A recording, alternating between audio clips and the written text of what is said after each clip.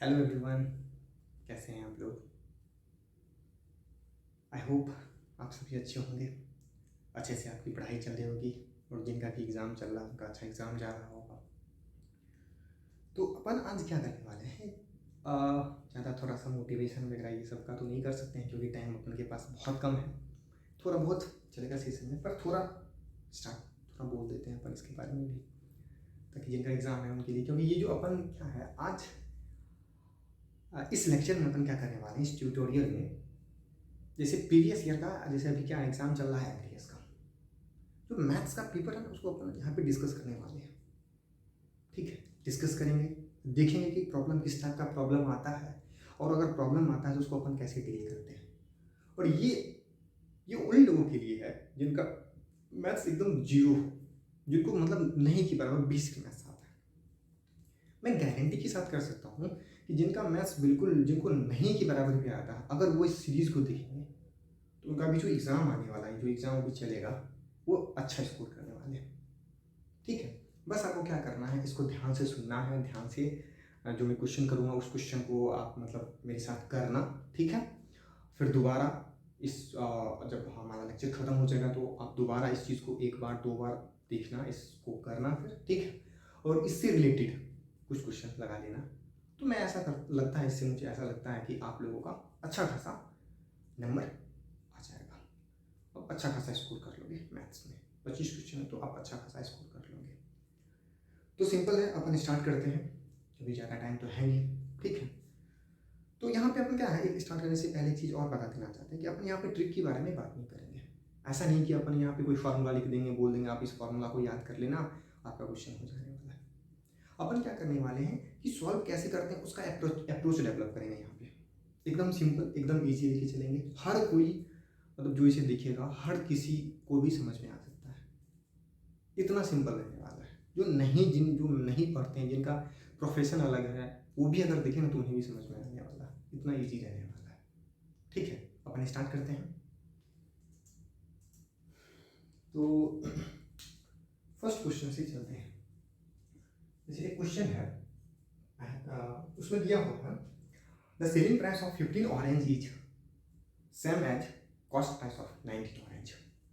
कह रहा है selling price SP of 15 orange is CP of 19 orange. ठीक है, एसपी है, इसका मतलब समझ लीजिए जैसे इसको सेलिंग प्राइस बोलते हैं। ठीक है, शॉर्ट में एसपी लिख देते हैं। ठीक है, सेलिंग प्राइस का मतलब होता है जिस कॉस्ट पे हम बेच रहे हैं। जैसे मान लो मार्केट गए, कुछ सामान को खरीदने के बाद 5 रुपये में खरीदे, तो हर किसी का ये होता है कि कुछ हम उस पर बेनिफिट लें, क्योंकि उसके पीछे हम टाइम दे रहे हैं, उसके पीछे मेहनत कर रहे हैं, तो कुछ बेनिफिट लेके इसको बेचें हम। और जैसे मान लो 7 रुपये में बेच दिए, तो जिस प्राइस पे अपन कोई भी वस्तु हो, कोई भी सामान हो, कोई भी ऑब्जेक्ट हो बेचते हैं, सेल करते हैं, उसको बोलते हैं सेलिंग प्राइस एसपी। और अपन जिस कॉस्ट पे, जिस वैल्यू पे खरीदते हैं, उसको अपन बोलते हैं कॉस्ट प्राइस। जैसे मान लो कोई बिस्किट है, वो 5 रुपये में खरीदा, तो बिस्किट का कॉस्ट प्राइस कितना होगा, 5। अगर मान लो उसी बिस्किट को अपन 6 रुपये में बेचते हैं, तो उसका एसपी कितना होगा, सेलिंग प्राइस कितना हो गया, 6। तो सिंपल है, ये एसपी और सीपी समझ में आ गया होगा। ठीक है, ये यहाँ पे क्या रहा है, selling price of 15 orange is equals to cost price of 19 orange. जब भी ऐसा क्वेश्चन आए, जैसे कि 2 नींबू का जो कॉस्ट प्राइस है वो 5 नींबू की कॉस्ट सेलिंग प्राइस के बराबर है, या फिर जैसे यहाँ पे है एसपी 15 ऑरेंज का जो एसपी है वो 19 ऑरेंज की एसपी के सीपी के बराबर है। जब भी इस टाइप का क्वेश्चन आए ना, कि जैसे हम 15 ऑरेंज को बेच रहे हैं, उसका जो कॉस्ट होगा वो जो है 19 ऑरेंज को खरीदने में जो लगा था उसके बराबर है। जब भी इस टाइप का क्वेश्चन आए ना, तो आपको ये चीज़ का ध्यान रखना है कि जो सामान है, जैसे यहाँ पे ऑरेंज है, आप उसको एज्यूम कर लो कि 1 रुपये में हम खरीद रहे हैं। क्या करो एज्यूम, 1 रुपये में हम खरीद रहे हैं पर पीस। एक मतलब ऑरेंज का जो कॉस्ट है वो 1 रुपये ऑरेंज है, मतलब एक ऑरेंज का प्राइस 1 रुपया है। अपन क्या करने वाले हैं यहाँ पे कि 19 ऑरेंज खरीद रहे हैं, कह रहा है कॉस्ट प्राइस ऑफ 19 ऑरेंज। तो 19 ऑरेंज का कॉस्ट प्राइस कितना होगा, 19 रुपया। इस 19 ऑरेंज का कॉस्ट प्राइस कितना होगा, 19 रुपया। ठीक है, और कह रहा है ये जो 19 रुपया होगा, और इसी में लिख दिया हुआ है एसपी ऑफ 15 ऑरेंज के बराबर है। जैसे मार्केट गए, 19 ऑरेंज खरीदे, एक ऑरेंज का मान जो मूल्य है, कॉस्ट जो है अपन क्या मान लिए हैं, 1 रुपया। तो 19 ऑरेंज का कॉस्ट कितना होने वाला है, 19 रुपया। और हम लोग क्या करते हैं कि जैसे घर आए, लेके आए, उस ऑरेंज को बेचना शुरू कर दिया। जब हम 15 ऑरेंज बेच दिए तो उसमें जो है हमारा 19 रुपया आ गया।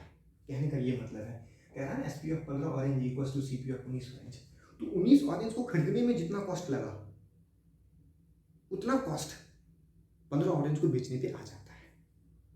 मतलब जैसे अगर मान लेते हैं यहाँ पे कि 1 रुपया में 1 ऑरेंज है, तो 19 रुपया में 19 ऑरेंज, या 19 ऑरेंज खरीदने पे 19 रुपया लगा। तो हम लोग जब 15 ऑरेंज बेच देंगे तो उस समय क्या होगा, हमको 19 रुपया मेरे पास आ जाएगा। जब हम 15 ऑरेंज बेच देंगे तो 19 रुपया आ जाएगा। ठीक है, तो मतलब जब हम लोग 15 ऑरेंज बेच देंगे तो 19 रुपये आ जाएगा। तो उस समय कितना नुकसान हुआ, 0 रुपया का नुकसान, क्योंकि हमारा लागत कितना था, 19 रुपया, और हमारे पास 19 रुपया आ गया। कैसे, 15 ऑरेंज बेचने पर। और मेरे पास टोटल ऑरेंज कितना था, 19 ऑरेंज था। तो हमारे पास कितना ऑरेंज का बेनिफिट हो गया, या कितना ऑरेंज बच गया। अभी हम लोग टोटल 19 ऑरेंज खरीदे थे और अभी उसमें 19 रुपया लगा, और हम लोग क्या किए, 15 ऑरेंज बेच दिए, उसमें कितना आ गया, 19 रुपये आ गया। ठीक है, तो 15 ऑरेंज अगर बेच दिए तो कितना ऑरेंज बचा हुआ है हमारे पास, 4 ऑरेंज बचा हुआ। 4 ऑरेंज क्या है, ये हमारे लिए क्या है, बेनिफिट है कि नहीं, बेनिफिट है। 4 ऑरेंज का बेनिफिट हो रहा है। जैसे 15 ऑरेंज अगर हम बेचते हैं तो उसमें क्या है, 19 ऑरेंज का जो खरीद का दाम है वो आ जाता है। तो अपने को कितना, 15 ऑरेंज बेच दिए तो उसमें 19 रुपये आ गया। तो अभी कितना ऑरेंज बचा हुआ, और 4 ऑरेंज तो और भी बचा हुआ है। तो वो तो हमारा क्या हुआ, बेनिफिट हो गया ना। तो 15 ऑरेंज ऐसे लिख सकते हो आप, सेल करने पर बेनिफिट, क्योंकि यहाँ पे बेनिफिट ही होने वाला है ना। बेनिफिट कितना हो जाएगा, 4 ऑरेंज का, है कि नहीं। 15 ऑरेंज सेल करने पर बेनिफिट कितना हुआ, 4 ऑरेंज का। अपन से पूछ रहा है कितना परसेंटेज का बेनिफिट हुआ। परसेंटेज का क्या मतलब होता है, 100 ऑरेंज बेचने पर कितना बेनिफिट आएगा। तो यहाँ पे क्या करेंगे, 1 ऑरेंज बेचने पर कितना का बेनिफिट आ जाएगा। 1 ऑरेंज अगर बेचेंगे तो 4/15 का बेनिफिट आने वाला है। जब 100 ऑरेंज बेचेंगे, 100 ऑरेंज बेचेंगे तो कितना का बेनिफिट आएगा, 4/15 गुने 100। इसको अपन सॉल्व करेंगे, 5 3 जा 20, 80/4 इसको जब सॉल्व करेंगे तो ये आ जाएगा 3 2 जा 6, 20 3 2 जा 6। इतना परसेंटेज का क्या हुआ, 26.27% का बेनिफिट हो गया। तो जब कभी भी इस टाइप का क्वेश्चन आया, जैसे मान लो कि अपन क्या है, 15 आम खरीदने का जो कॉस्ट प्राइस है वो 10 आम बेचने का कॉस्ट प्राइस के बराबर आ गया। तो अपन क्या किए, मार्केट गए। ठीक है, तो इसको सिंपली और समझे तो क्या हुआ, जैसे आप अपने पास क्या है, अपन एक दुकान चलाते हैं। इसको और थोड़ा सिंपल भाषा में समझाने की कोशिश करते हैं, मुझे तो आ जाना चाहिए समझ में, पर एक और सिंपल सा थोड़ा सा देखते हैं, कोशिश करते हैं। अपन क्या कर रहे हैं कि जैसे अपने पास एक दुकान है, मार्केट गए, वहाँ पे 19 ऑरेंज खरीद लिए, गए 19 ऑरेंज खरीद के लेके आ गए, काउंट के साथ एकदम 19 ऑरेंज खरीदे आ गए, यहाँ आए, और अपन मान लेते हैं कि एक ऑरेंज को खरीदने में 1 रुपया लगा। तो 19 ऑरेंज को खरीदने में कितना लगा होगा, 19 रुपया। हमारा कितना खर्च हुआ वहाँ पे खरीदते समय, 19 रुपया का खर्च हुआ है। हम घर आए ऑरेंज को लेके, ऑरेंज को क्या किए, बेचना शुरू कर दिए। ठीक है, अब यहाँ पे ये हमने कह रहे हैं कि 1 रुपया बेच रहे हैं। अब हमको क्या करना है, कुछ बेनिफिट लेना है। 1 रुपया में तो हम खरीदे ही हैं, तो हमको यहाँ पे क्या करना है, बेनिफिट ले रहे हैं। ठीक है, कुछ बेनिफिट लेके उसको बेचना शुरू कर दिए। जब हम 15 ऑरेंज बेच दिए तो हमारा क्या हुआ, 19 रुपया आ गया। तो हमारा कितना स्टार्टिंग में लगा था, खर्च कितना किए थे हम जब दुकान पे गए थे खरीदने के लिए, 19 रुपया। और यहाँ हम जब घर पे आके उसी चीज़ को बेच रहे हैं तो 15 ऑरेंज जब बेचे तो 19 रुपया हमारे पास आ गया। तो अभी हमारे पास कितना ऑरेंज बचा हुआ, और 4 ऑरेंज बचा हुआ, क्योंकि अभी तक 15 ही बेचे हैं, 4 तो अभी बचा हुआ है ही। तो ये 4 ऑरेंज का क्या हुआ, हमारे पास मुनाफा हुआ, है कि नहीं। अब जिस भाव से हम बेच रहे हैं, ठीक है, और उस भाव का मतलब मान लेते हैं 1 रुपया समथिंग से बेच रहे हैं, उसको 4 से गुना करेंगे तो वो हमारा क्या हो जाएगा, बेनिफिट आने वाला है। क्योंकि 19 रुपया हम लगाए थे, 19 रुपया तो हमको आ गया है 15 ऑरेंज बेचने के लिए, 4 ऑरेंज अभी बचा हुआ है, वो क्या हो गया हमारे पास, मुनाफा हुआ, वो हमारा लाभ हुआ। तो 15 ऑरेंज बेचने पर 4 ऑरेंज का लाभ हो रहा है, ठीक है। तो एक ऑरेंज बेचने पर कितना होगा, इतना का लाभ होगा। 100 ऑरेंज बेचने पर कितना होगा, इतना % का लाभ होगा। हो गया, यही आपका आंसर है, यही फर्स्ट क्वेश्चन है। तो हम इतना इसलिए अभी ट्राई किए क्योंकि ये इस टाइप का जो क्वेश्चन आता है उसमें बच्चे कंफ्यूज हो जाते हैं कि कॉस्ट दिया हुआ है किस टाइप से। तो आप क्या करना, इस चीज़ को 2 बार 3 बार, अगर एक बार में नहीं समझ में तो 2 बार 3 बार देख लेना, आपको आराम से समझ में आ जाएगा। और इस टाइप का 10-12 क्वेश्चन कर लेना, कभी गलती नहीं होगा, बहुत ईजी है ये। चलिए फर्स्ट क्वेश्चन हो गया। आई होप आपको समझ में आ रहा होगा, और नहीं आई तो आप इस चीज को एक से नहीं 2 बार 3 बार देख लेना, समझ में आ जाएगा।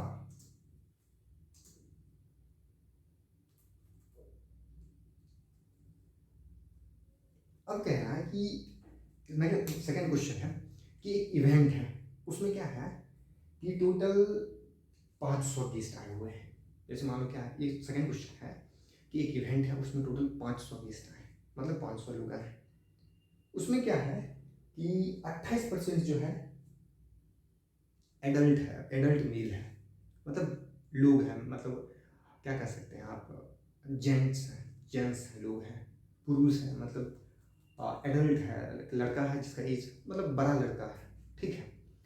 और उसके बाद उसमें 64% फीमेल है, मेल फीमेल कह लेते हैं सिंपल, ये ज़्यादा बन जाएगा। 28% क्या है मेल है, 64% क्या है फीमेल है। और उसमें क्या है, उससे में कुछ बच्चे भी आए, तो उसमें कितने बच्चे आए, कितना सिंपल क्वेश्चन है। टोटल हमारे पास कितना है, 500 लोग हैं, ठीक है, टोटल, ठीक है। 500 लोग में कौन कौन आए हुए हैं, जैसे क्या है, मेल है, फीमेल है, और कुछ क्या है, बच्ची है। आप हमेशा इस टाइप से लिख लिया करो, बहुत ईजी रहेगा, ठीक है। शायद नहीं दिख रहा होगा तो अपन इसको थोड़ा सा बड़ा लिख लेते हैं।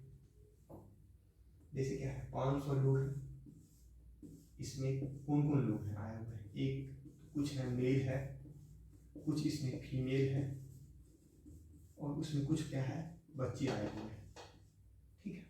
इसमें ये कह रहा है कि ये 28% है, ये 64% है।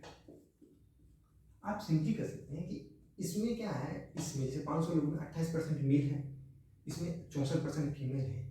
एक तो सिंपल सा तरीका ये हो गया कि जितना, जैसे मान लो ये जो है 28% है और ये फिर 64% है, और टोटल को ऐड करेंगे तो कितना होने वाला है, या मैं 60 20 80 92%, यानी कि कुल मेल और फीमेल जो है 92% है। तो चाइल्ड कितने होने वाला है, 8%। किसका 8%, 500 का।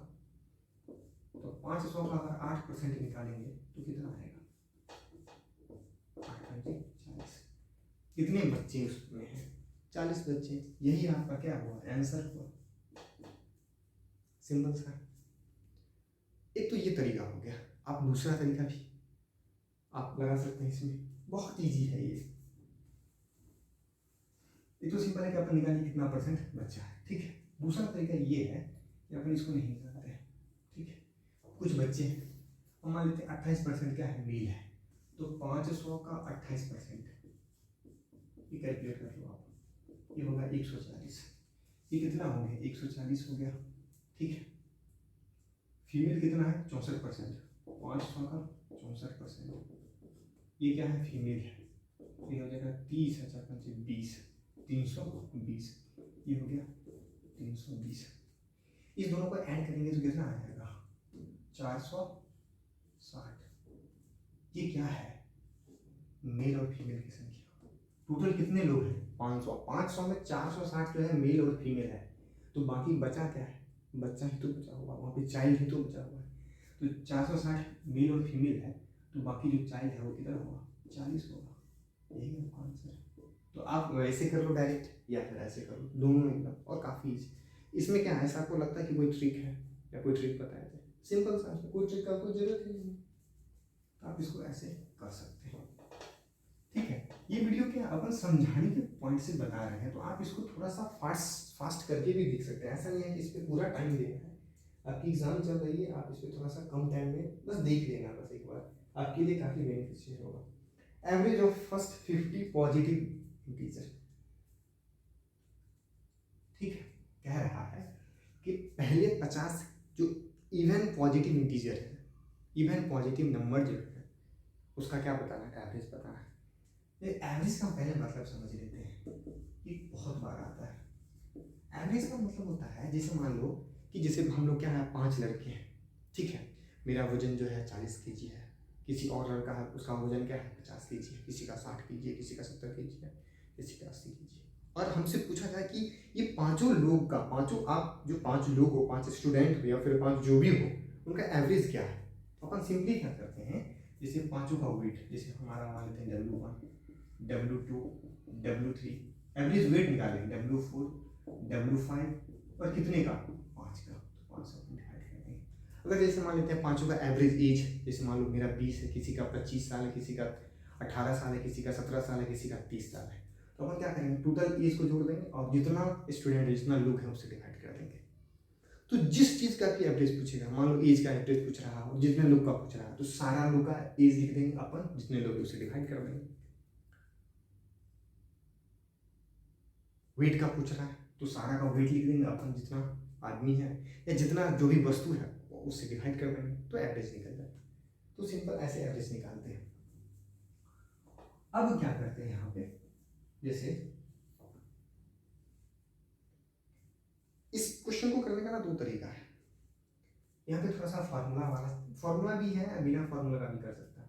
अब कह रहा है कि फर्स्ट 50 इवन नंबर, यानी कि क्या कह रहा है 2 4 6 8 10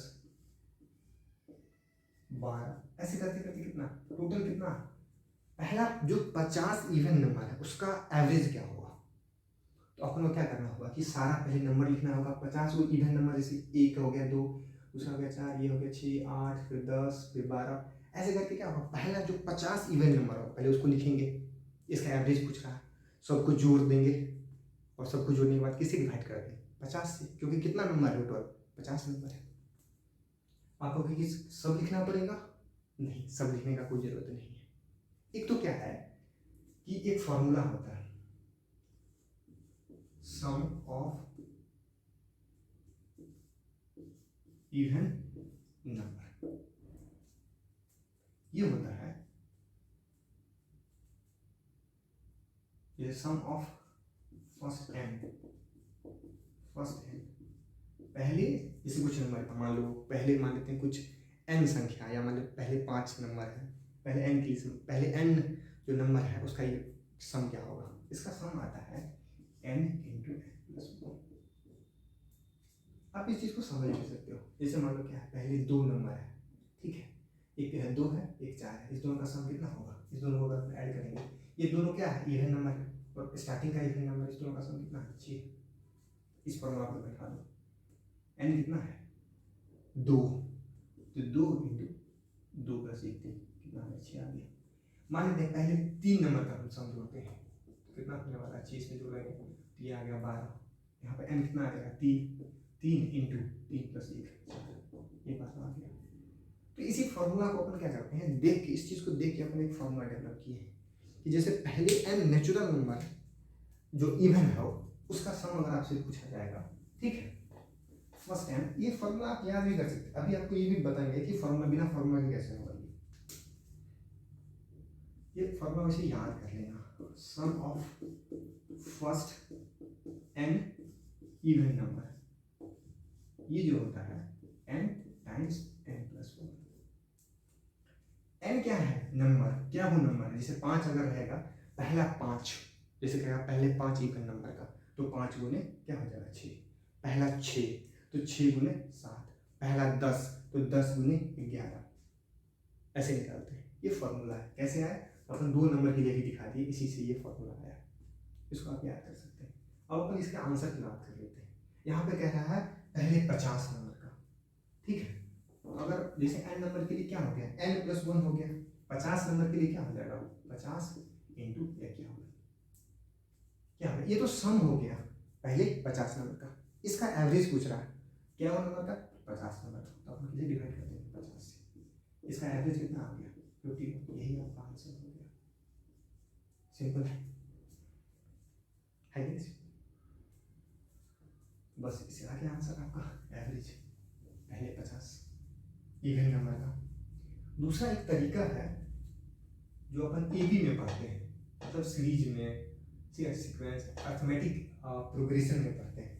जैसे 2 है, 4 है, 6 है, 8 है, 10 है, 12 है। अभी तो कह दिया पहले 50 नंबर का। जैसे मान लो कभी रहता 1 रहता, 3 रहता, कभी 5 है। तो अपन एबी में एक फॉर्मूला पढ़ते हैं, जैसे सम ऑफ n नंबर, ये होता है n अपॉन क्या होता है, n upon 2 into 2a plus n minus 1 into d। d जो होता है दो नंबर के बीच का क्या है डिफरेंस, कितना है, दो नंबर के बीच का डिफरेंस कितना है, यहाँ पर क्या है 2 है। हर दो कोई भी दो नंबर उठा लो आप, दोनों के बीच का डिफरेंस कितना है 2 है। n क्या हुआ, टोटल नंबर हो गया। ये क्या होता है जो स्टार्टिंग का नंबर है। n क्या हो गया, टोटल ऑफ नंबर हो गया। तो सम ऑफ 50 नंबर, ये क्या हो जाएगा 50 बटे 2 इंटू क्या 2 गुने ये कितना है यहाँ पे 2 प्लस n माइनस 1, n कितना 50 माइनस 1 तो 49 गुने क्या होगा 2। ये तो हो गया सम। और इसका जब पूछ रहा है एवरेज, तो अपन इसको क्या किसे डिवाइड कर देंगे 50 से, क्योंकि टोटल कितना नंबर है 50 को, ये 50 कट गया, ये 2 है। अपन क्या करें, यहाँ पे क्या है, यहाँ पर भी 2 है, यहाँ पर भी 2 है। इस पूरा में से क्या करते हैं 2 कॉमन ले लेते हैं। अगर 2 कॉमन लें तो यहाँ पे क्या बचेगा 2 प्लस यहाँ पे कितना बचेगा 49। नीचे में क्या है ये वाला 2 आ जाएगा, ये 2 ये कट गया, इतना है, ये देखिए यही आपका आंसर हो गया। ये आप में से बहुत लोगों को नहीं भी समझ में, पर ये एपी का फॉर्मूला है, जैसे sum of n number n upon 2 plus 2a plus n minus 1 into d। अब जिनको आ रहा कर लेना, बाकी जिनको नहीं आ रहा आप वो फॉर्मूला जैसे स्टार्टिंग का भी है sum of n even number, वो याद कर लेना। इसमें अपन 3 फॉर्मूला लिख देते हैं, ठीक है, इसको याद करना काफ़ी ज़्यादा बेनिफिशियल रहने वाला है। मतलब इस टाइप का क्वेश्चन जनरली आपसे यही पूछेगा, नहीं पूछेगा, इससे ज़्यादा पूछ भी नहीं सकता अभी वो। पहला फॉर्मूला है sum of first n natural number, ये जो होता है n into n plus 1 upon 2 के बराबर होता है। दूसरा फॉर्मूला है sum of first n odd number, ये होता है n स्क्वायर के बराबर। Sum of first n even number, ये होता है n इंटू n प्लस 1। बस इतना सारा आप याद रखोगे तो इससे काम हो जाएगा। कहोगे इसका मतलब क्या हुआ, sum of first n natural number. Natural number क्या होता है 1 2, जो 1 से स्टार्ट हो 1 2 3 4 5 6 7 8 9 10। कह रहा पहला 20 नेचुरल नंबर, पहला 20 नंबर क्या होगा, नेचुरल नंबर क्या होगा, नेचुरल नंबर का मतलब क्या होगा 1 से स्टार्ट होना और जहाँ तक बोलेगा वहाँ तक जाएंगे। पहला 20 कह रहा है तो कहाँ तक जाएंगे अपन 20 तक जाने वाला। इसमें नंबर क्या क्या आ जाएगा 1 से 20 तक, 1 2 3 4 5 6 7 8 9 10 11 12 13 14 15 16 17 18 19 20। इसका सम पूछ रहा है, इसका सम क्या आ जाएगा, इस फॉर्मूला को बैठाएंगे। ऐसा नहीं कि हमेशा हम जोड़ना शुरू कर देंगे। अगर sum of first n natural number की बात कर रहा है तो उसका फॉर्मूला होता है n into n plus 1 upon 2। मैं आपसे ये उम्मीद करता हूँ कि ये सब चीज़ें आप एक बार पढ़ेंगे तो आपको याद रहेगा। अगर याद नहीं रहेगा तो आप इस फॉर्मूला को 2 बार 3 बार लिख लो, क्योंकि आपके एग्जाम में आप लिख लो, आपको याद रहनी चाहिए। बहुत बेसिक चीज़ है ये। इसी तरह क्या sum of first N odd number, odd number में क्या होता है जैसे 1 फर्स्ट का मतलब क्या 1 से स्टार्ट होगा, ये तो फिक्स ही रखना कि 1 से स्टार्ट होगा। ऐसा नहीं करना कि जैसे आपको दिया हुआ रहेगा 5 प्लस 7 प्लस 9 प्लस 11 प्लस 13 ऐसे करके 50 तक और आपसे पूछेगा इसका सम। आपको क्योंकि सारा ऑड नंबर है बस जोड़ देते हैं, ये फॉर्मूला लगा देते हैं। नहीं, ये फॉर्मूला 1 से स्टार्ट होगा उसके लिए, जैसे ऑड नंबर है तो 1 से स्टार्ट होगा, इवन नंबर है तो 2 से स्टार्ट होने वाला, अगर नेचुरल नंबर है तो फिर 1 से स्टार्ट होगा उसके लिए, ठीक है। सम ऑफ फर्स्ट एंड मतलब क्या 1 से स्टार्ट होगा, ऑड नंबर तो 1 3 5 7 9 इस टाइप से क्या होता है। अगर मान लीजिए नंबर जो है फर्स्ट एन का मतलब क्या है कितना नंबर, क्या वो नंबर, जैसे मान लीजिए पहला 10 वो ऑड नंबर तो एन का वैल्यू कितना हो जाएगा 10, उसका सम पूछेगा तो आप 10 का स्क्वायर कर दीजिएगा। इस तरह का सम ऑफ फर्स्ट एन मतलब क्या 1 से स्टार्ट होने वाला, अगर 1 है तो, जैसे यहाँ पर इवन नंबर है तो इवन 1 तो इवन नंबर नहीं है तो 2 से स्टार्ट होगा, 4 है फिर 6 है फिर 8 है फिर 10 है फिर 12 है, क्या वो नंबर है 1 2 3 4 5 6। पहला 6 वो इवन नंबर सम संख्या का सम क्या हो जाएगा फॉर्मूला पर बैठा हुआ n into n plus one. N का वैल्यू कितना है 1 2 3 4 5 6 6 है तो 6 गुने 7 42। आप इसको जोड़ कर देख लो 12 10 22 8 30 36 4 40 2 42 आ गया। तो इस फॉर्मूला को आप याद कर लेना, थोड़ा सा जरूरी इंपॉर्टेंट है। ठीक है, वो आपको समझ में आ रहा है। अब फास्ट करके देख लेना, ये थोड़ा सा मैं इजी से ले रहा हूँ कि जिन लोगों को नहीं बिल्कुल आता है वो भी अगर देखेंगे तो उनका कुछ अच्छा हो जाएगा। सिंपल सा, बहुत सिंपल सा क्वेश्चन। अब क्या रहा है कि एक आदमी है, एक मैन है, वो क्या किया, एक 400 रुपए में खिलौना खरीदा। ठीक है, दुकान चलाता हुआ खिलौना वगैरह का, गया मार्केट 400 रुपए में खरीदा और क्या किया, वो 15% नुकसान पे बेच दिया। नुकसान कब होगा, जब हम 400 में खरीदे और 300 कुछ में बेच दिए। मतलब जितना में खरीदे हैं उतना से कम में बेचेंगे तब ना हमारा जेबी से लगेगा। मान लो हम जैसे घर से 400 रुपया लेके गए, सामान खरीद ली, वहाँ से आए, अब हम 300 रुपया में उसको बेच दिए। तो हम जब खरीदते समय कितना रुपया दिए 400, जब हम बेचे तो मेरे पास कितना आया 300, तो 100 रुपया तो घाटा हो गया हमको, है कि नहीं। तो नुकसान का मतलब क्या हुआ, जितना में खरीदे उससे कम में बेच रहे हैं। तो यहाँ पर क्या किया, 400 में खरीदा है और 15% नुकसान किया। किसका, इसका। पहले इसका 15% निकाल देंगे, 60 रुपया। ये क्या है, नुकसान है, 15% नुकसान, यानी 60 रुपया का नुकसान हुआ। तो 400 में खरीदे हैं और 60 रुपया का नुकसान हो गया, तो यानी कि 60 रुपया कम में बेच रहे होंगे। तो 400 माइनस 60 कितना हो गया 340। यही आपका आंसर है, हो गया खत्म। तो इसी टाइप का आती भी है क्वेश्चन, काफी इजी रहता है। ठीक है, नेक्स्ट क्वेश्चन की तरफ चलते हैं। पांचवा क्वेश्चन कहता है कि जैसे क्या है S1 S2 S3, ये क्या किया, नाम ले गया किसी चीज का, कोई मतलब आदमी का नाम लिया, हो सकता है कहीं पर A B C रहे, हो सकता है कहीं पर कोई नाम दे दे। ठीक है, तो आपको ये नाम से कोई मतलब नहीं है। यहाँ पे ये कह रहा है क्वेश्चन कि S1 और S2 कोई काम को 18 दिन में कर सकता है। जैसे क्या है, S1 और S2 कोई भी काम को 18 दिन में कंप्लीट कर सकता है, 18 दिन में कंप्लीट कर सकता है। ठीक है, S2 प्लस S3 इसी काम को 27 दिन में कंप्लीट कर सकता है, और S3 प्लस S1 इसी काम को 54 दिन में कंप्लीट कर सकता है। जैसे मान लो क्या है, एक कोई काम है, उसमें क्या दो लोग, पहला दो S1 S2 उसको 18 दिन में कर सकता है, S2 S3 उसको 27 दिन में कर सकता है, S3 S4 उसको कितना दिन में कर सकता है 54 दिन में कर सकता है।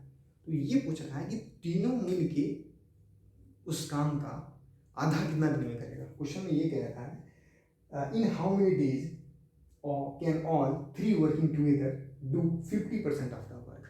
यानी ये तीनों मिलके एक साथ, अगर तीनों मिलके एक साथ काम करेगा तो आधा काम कितना दिन में, 50% का मतलब क्या होगा, जब भी 50% हो इसका मतलब क्या होगा आधा।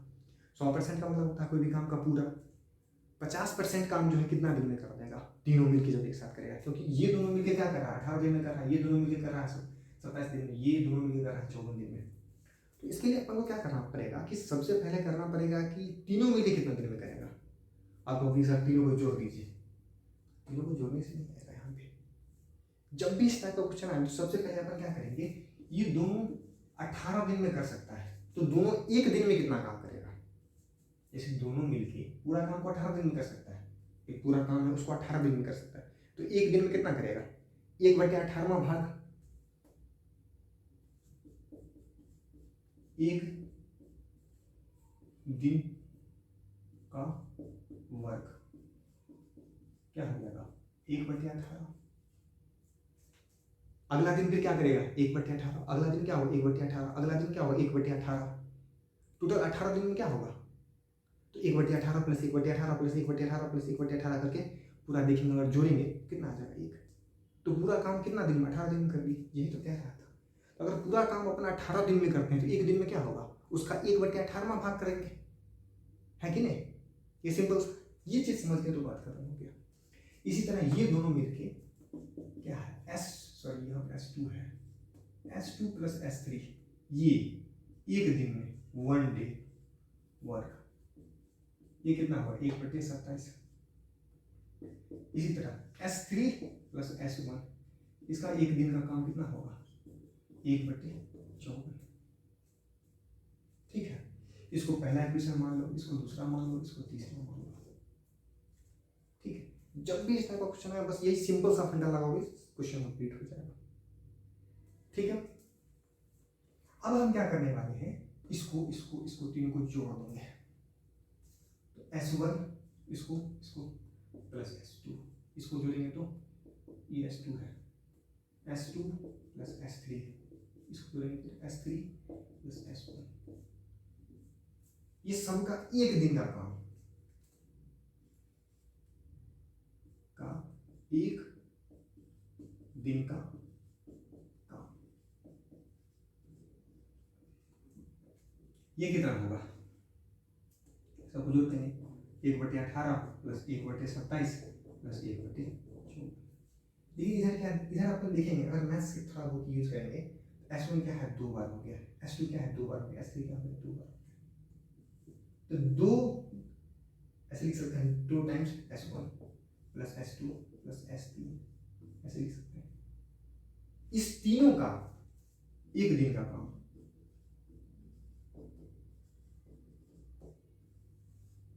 ये कितना होने वाला है, इसको ऐसे थोड़ा सा अच्छे से लिख देते हैं।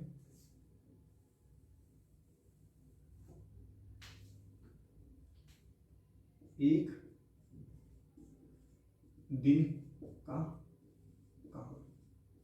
इस सब का, और इस तीनों का क्योंकि सब 2 बार आ गया है 2 इधर लिख दिए, एक दिन का काम ये कितना आ जाएगा, इसको अपने एलसीएम लेने के लिए आ जाएगा 54। ठीक है, 3 + 2 + 1 ये आ जाएगा 6/54, ये आ जाएगा 1/9। तीनों मिल करके जो है, ठीक है, और इसको थोड़ा सा ऊपर में लिखते हैं, ये समझ में आएगा ऊपर।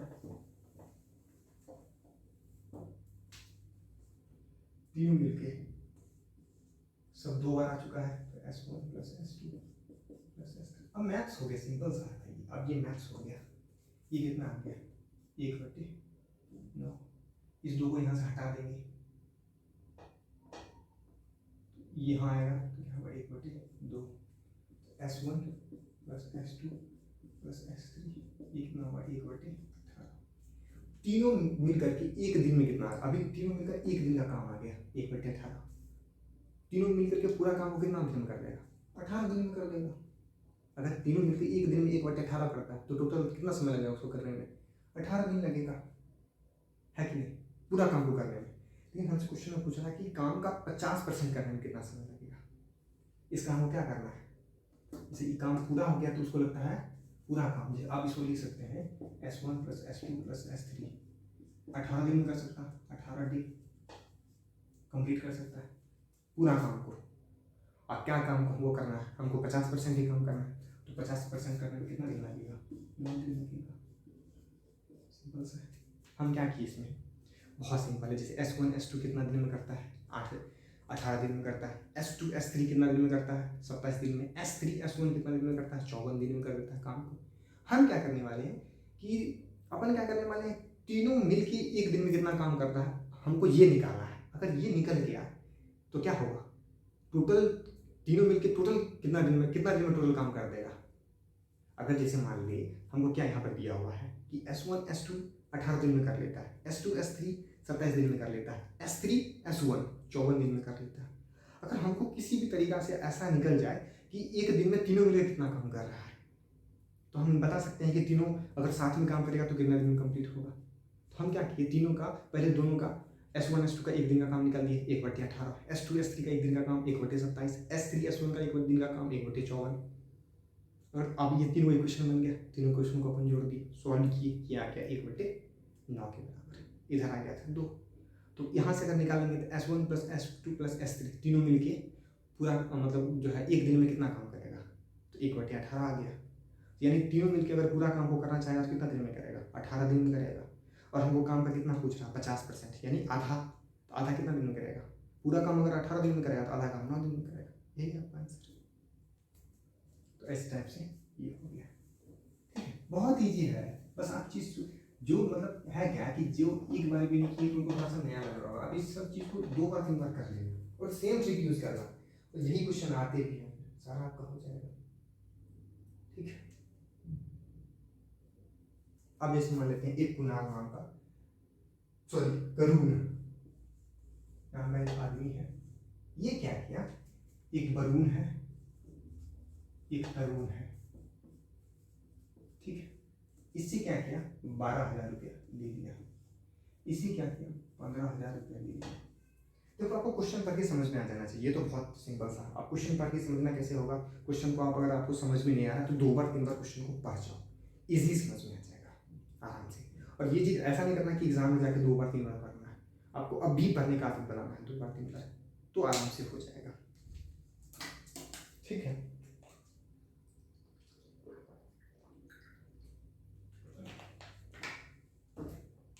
सॉरी। ठीक है,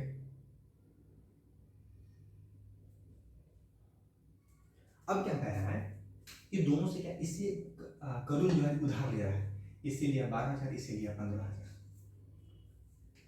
अगर जैसे आप देखोगे नॉर्मल चीज होता है कि लिया उधार लिया और ब्याज पे ले रहा है, साधारण ब्याज पे ले रहा है, सिंपल इंटरेस्ट पे ले रहा है।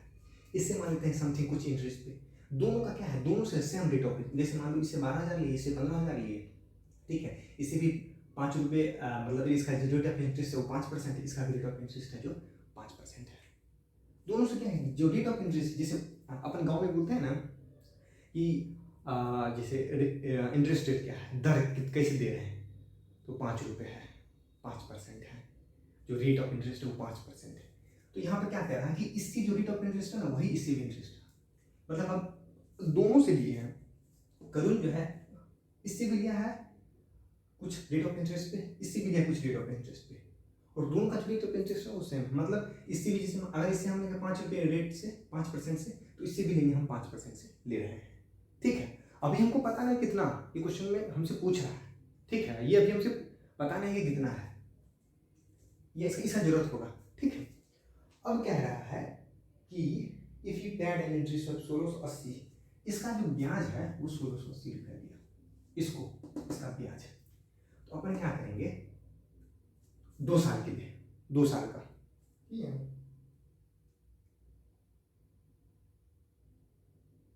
हाँ 2 साल के बाद क्या है, वरुण को इतना ब्याज दिया, तो इसको कितना ब्याज देगा, सिंपल सा है। एक करुण है, वरुण से लिया 12,000, करुण से लिया 15,000 रुपया। ठीक है, इसको 2 साल के बाद जो है 1680 रुपया दिया, इसको तरुण को कितना देगा वो अपन से पूछ रहा है। दोनों इससे भी लिए वही रेट पे, इससे भी लिए वही रेट पे ये लिया है। ठीक है, ये क्या है, ब्याज है। ब्याज का फॉर्मूला लगा देते हैं, साधारण ब्याज का फॉर्मूला क्या होता है, मूलधन यानी 12,000 गुने समय यानी 2 साल गुने रेट ऑफ इंटरेस्ट दर आर गुने 100। ठीक है, ये आ गया, ये किसके बराबर आ गया, ये आ गया 1680 के बराबर।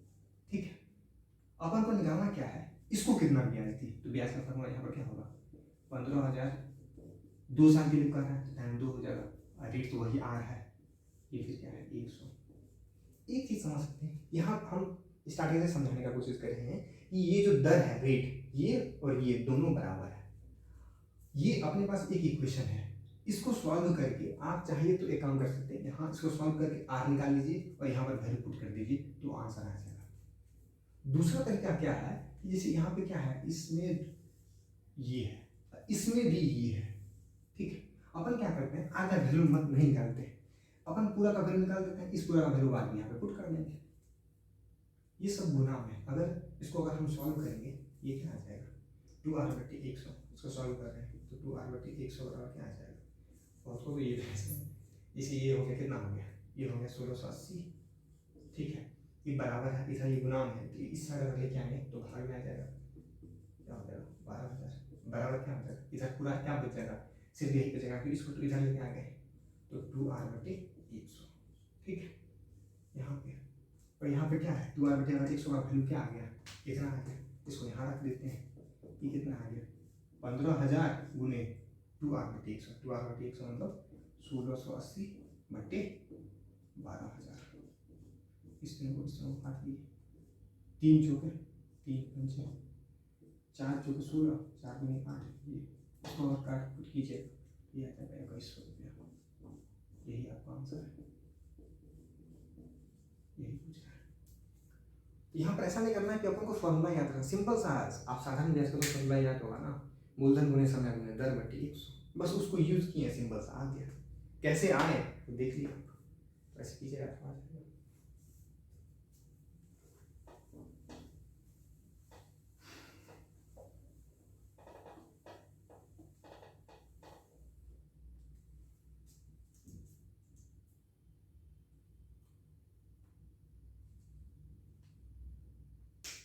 क्वेश्चन नंबर 7 पे आते हैं। जैसे यहाँ पर क्या है, एक पुलिस मैन है, ठीक है, ये पुलिस है, क्या है, पुलिस।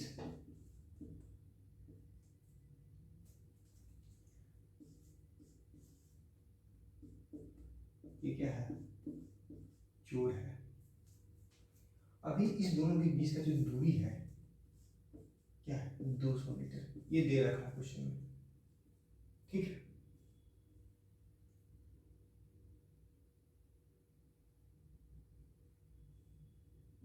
पुलिस इस चोर को देखता है, ये 200 मीटर पीछे है। ये चोर क्या करता है, पुलिस जैसे इसको देखता है, ठीक है, ये क्या करता है, जैसे मान लो चोर पुलिस को देख क्या करेगा, भागना शुरू करेगा, और फिर पुलिस क्या करेगा, चोर को पकड़ने की कोशिश करेगा। ये क्या करता है, 7 किलोमीटर पर आवर की स्पीड से भागना शुरू कर देता है, ठीक है। अब वो क्या, पुलिस को इसको पकड़ना है, और उसके बाद ऐसा तो है नहीं कि अभी दोनों एक साथ है, मतलब यहाँ चोर यहाँ पे है, पुलिस उससे क्या 200 मीटर पीछे है। और अगर इसको पकड़ना है चोर को, अगर ये 7 किलोमीटर पर आवर से भागे, इसका स्पीड क्या होगा, 7 से ज़्यादा हो, तभी तो पकड़ पाएगा। और ये समझाने के लिए जनरली इस क्वेश्चन में दिया हुआ है कि ये क्या है, 9 किलोमीटर पर आवर से भागना शुरू करता है। जब भी आपको किलोमीटर पर आवर को मीटर पर सेकंड में बदलना है, तो सिंपल सा काम कर सकते हैं। जैसे मान लीजिए 1 किलोमीटर पर आवर है, इसको क्या करना है, मीटर पर सेकंड में बदलना है। 1 किलोमीटर क्या लिख सकते हैं यहाँ पर, 1000 मीटर लिख सकते हैं।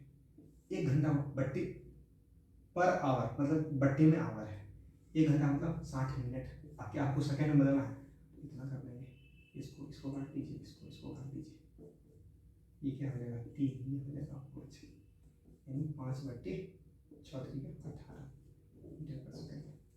यानी 1 किलोमीटर पर आवर जो है वो 5 बटे 18 मीटर पर सेकंड के बराबर होता है। अपन क्या करेंगे, इसको मीटर पर सेकंड में बदल देंगे, तो 1 किलोमीटर में कितना बराबर होता है, 5 मीटर पर सेकंड के बराबर, तो 7 × 5 बटे 18, अब किलोमीटर की जगह क्या आ जाएगा, मीटर पर सेकंड। ये कितना आ जाएगा, 35 बटे 18 मीटर पर सेकंड। इसी तरह इसको बदल देंगे, ये क्या आएगा, 9 × 5 बटे 18, ये क्या आ जाएगा, 45 बटे 18 मीटर पर सेकंड आ गया। अब आते हैं क्वेश्चन की तरफ। अब कह रहा है कि कितना समय के बाद जो है ये देख, इसका स्पीड क्या है, 35 बटे 18 मीटर पर सेकंड है, इसका स्पीड है 45 बटे, यानी काफ़ी ज़्यादा स्पीड से भाग रहा है, ये थोड़ा सा कम स्पीड से भाग रहा है। तो अगर कोई आदमी ज़्यादा तेज़ी से भाग रहा है, कोई स्लो भाग रहा है, जैसे मान लीजिए 2 आदमी है, एक आगे भाग रहा है स्लो, जैसे एक यहाँ पे खड़ा है, एक 200 मीटर आगे खड़ा है, यानी हम ही हैं और मेरे से 200 मीटर आगे कोई आदमी खड़ा है, क्या हमको उसको पकड़ना है, ठीक है। तो हमको ज़्यादा तेज़ी में भागना पड़ेगा, क्योंकि अभी मेरे से 200 मीटर आगे है और हमको उसको पकड़ना है। तो हमको क्या, वो अगर जैसे मान लो मेरे देखिए वो भागना शुरू कर दिया, तो हमको क्या करना, भागना है, तो उससे तेज़ी से भागेंगे तभी तो उसको पकड़ पाएंगे, नहीं तो नहीं पकड़ पाएंगे। वो यहाँ पे दिया हुआ है। हम मान लेते हैं कि कुछ समय के बाद उसको पकड़ लिए। जब हम पकड़ लेंगे, जैसे मान लेते हैं कुछ समय के बाद, कुछ दूरी जाने के बाद उसको हम पकड़ लिए, तो यहीं पर क्या होंगे, पुलिस भी होगा, यहीं पर चोर भी होगा, और यहीं पर क्या होगा, पुलिस भी होगा। पुलिस इतना तो समझ में आएगा। जैसे मान लीजिए हम उसको देखें, मेरे से 200 मीटर अभी आगे है, वो भागना शुरू किया, हम उसको पकड़ना शुरू कर दिए। जब उसको हम पकड़ेंगे, जिसमें हम पकड़ेंगे तो ऐसा तो नहीं होगा ना कि हम यहाँ रहेंगे और वो रहेगा आगे वहाँ। जिसमें पकड़ेंगे तो उसको हाथ से पकड़ेंगे ना, हम पकड़ लिए तो क्या है, दोनों एक ही जगह पर रुके हुए हैं। तो वही वाला बात है कि पहले क्या था, 200 मीटर दोनों के बीच का दूरी था, जहाँ पे पकड़ाएगा दोनों क्या होगा, एक ही जगह पे आ जाएगा। मान लेते हैं कि 30 सेकेंड के बाद, 30 सेकेंड के बाद जो है वो पकड़ा गया, इसका स्पीड ये दिया हुआ है, ठीक है। चोर मान लेते हैं कि 30 सेकेंड तक दौड़ा, तो अगर स्पीड, जैसे स्पीड को अगर हम समय के साथ गुना कर देंगे तो क्या आ जाएगा, दूरी आ जाता है। इतना चीज पता है, स्पीड गुने टाइम क्या होता है, दूरी होता है। दूरी बराबर क्या होता है, समय गुने 4, है कि नहीं। तो अपन क्या करने वाले हैं, दूरी निकाल देंगे, दूरी निकाल देंगे, ठीक है। इसमें यही कंसेप्ट है एकदम, जैसे 35/18 मीटर पर सेकेंड। मान लेते हैं कि 30 सेकेंड के बाद पकड़ा गया, तो 30 सेकेंड ये भी भागा होगा, 30 सेकेंड ये भी भागा होगा। जैसे मान लीजिए अभी यहाँ पे हम करा 200 मीटर आगे कोई और खड़ा है, और हम मान लेते हैं इसको 5 मिनट के बाद पकड़ लेंगे, तो 5 मिनट के हम भी दौड़े हैं, 5 मिनट वो भी दौड़ा, लेकिन हमारा स्पीड ज़्यादा है इसलिए हम उसको पकड़ लेंगे 5 मिनट में। ऐसा तो नहीं होगा ना कि अलग अलग टाइम में पकड़ाएगा, कोई एक टाइम जितना दूर वो भागा उतना ही देना, क्योंकि हम यहाँ पे खड़ा है, वो भी वहाँ पे खड़ा है, और दोनों एक साथ दौड़ना शुरू कर दिए। जिस समय पकड़ाएगा तो हम भी दौड़ना शुरू किए उसी समय, वो भी दौड़ना उसी समय शुरू किया, तो दोनों जो आदमी हैं सेम टाइम के लिए दौड़े हैं। क्वेश्चन में यहाँ पे दे भी रखा कि दौड़ना स्टार्ट कर दिया एक साथ। तो मान लेते हैं यहाँ पे जैसे 30 सेकंड तक दौड़ा, तो 30 सेकंड में ये कितना डिस्टेंस ट्रेवल किया, ये तो इसका स्पीड है, ये डिस्टेंस कितना ट्रेवल करेगा, 35/18 टी मीटर। टी क्या है, इतना दूरी, इतना मीटर, ठीक है।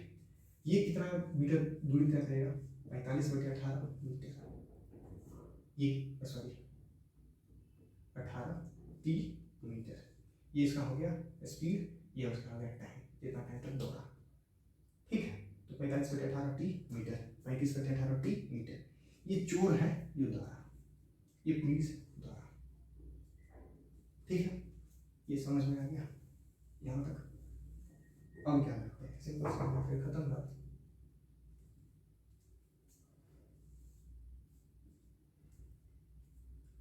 जैसे चोर यहाँ पे था, ठीक है, चोर यहाँ से कहाँ गया, यहाँ आ गया। एक चोर जो है कितना दौड़ा, इतना दौड़ा, मात्र इतना ही चला ना, चोर को इतना चला, लेकिन पुलिस को कितना चला पड़ा, ये प्लस ये जितना दूर पुलिस अगर जैसे पुलिस है जिस समय पकड़ा गया उसमें दोनों एक ही जगह पे है, जैसे यहाँ पे यहीं पर क्या है, पुलिस भी है, यहीं पर क्या है, चोर भी है, ठीक है। तो जैसे 30 सेकेंड के बाद पकड़ा गया, तो 30 सेकेंड चोर कितना भागा होगा, यहाँ से यहाँ, यानी कि इतना, इसको हम लिख सकते हैं 35/18 टी, इतना क्या होगा, चोर भागा होगा, जो कि यहाँ से यहाँ भागा, ठीक है। पुलिस कितना भागा है, तो जितना चोर भागा है आप प्लस 200, पुलिस को कितना भागना होगा, जितना चोर भागा है वो आप प्लस 200, तब ना पकड़ाएगा। तो ये प्लस 200, ये क्या है, पुलिस कितना भागा है वो है, क्योंकि एक पुलिस जो है उसको कितना भागना पड़ेगा, ये 200 और प्लस चोर जितना भागा, ये किसके बराबर हो जाएगा, पुलिस जितना भागा। पुलिस कितना भागा है, 45/18 टी। इसको सॉल्व कर दीजिए, आ जाएगा आंसर।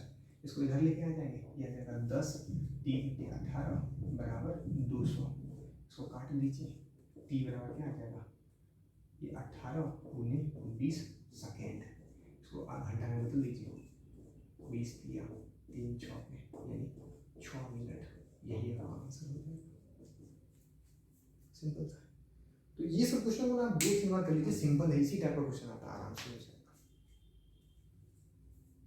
आइए समझ में, बस फंडा समझना होता है कि क्या हो रहा होगा, ठीक है। सिचुएशन समझ लीजिएगा, बस क्वेश्चन को थोड़ा सा विजुअलाइज अगर हो जाए तो आराम से हो जाएगा, कुछ भी नहीं लिखा हुआ है।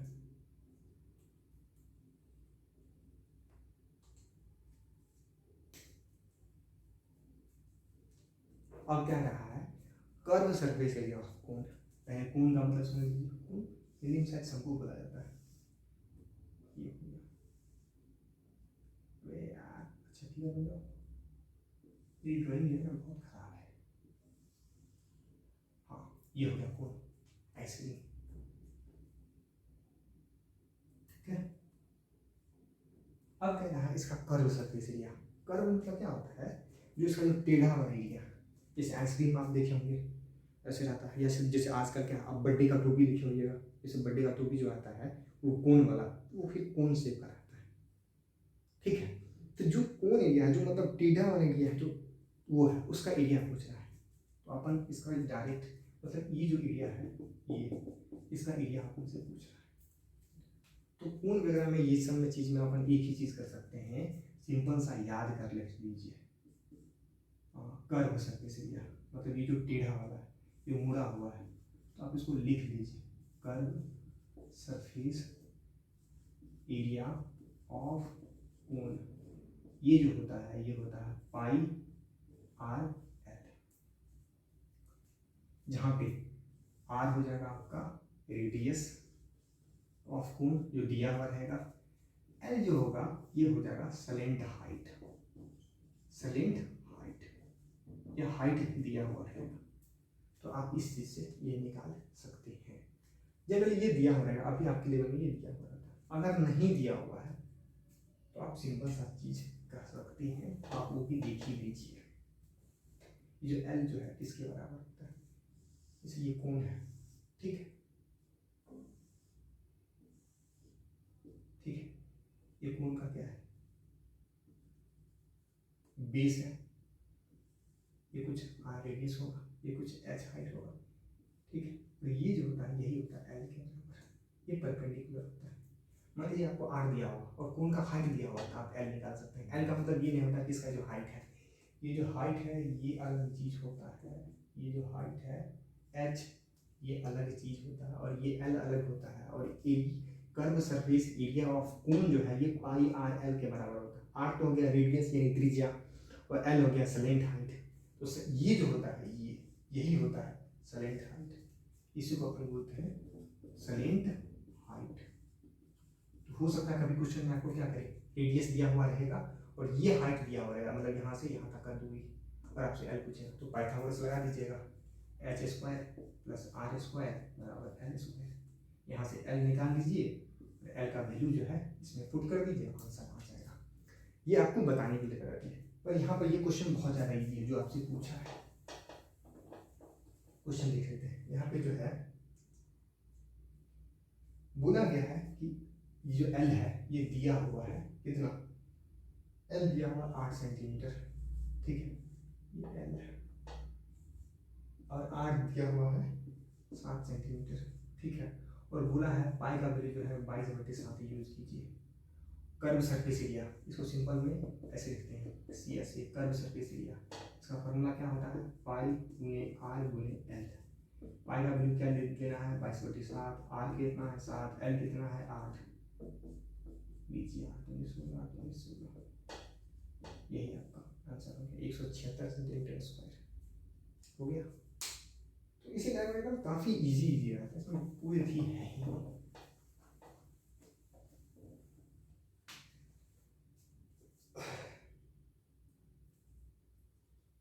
सिंपल था, यहाँ पर देखिए जैसे कितना नंबर क्वेश्चन नंबर 9 है, आप कहिएगा सर आप डिस्कस करने में इतना समय लगाते हैं 40 मिनट हो सकता है क्या, ये आपको समझाने के लिए इतना टाइम लगेगा, नहीं तो अगर ये क्वेश्चन करने बैठा जाए तो इसमें 40 मिनट भी बहुत ज़्यादा हो गया, आप आराम से कर सकते हैं।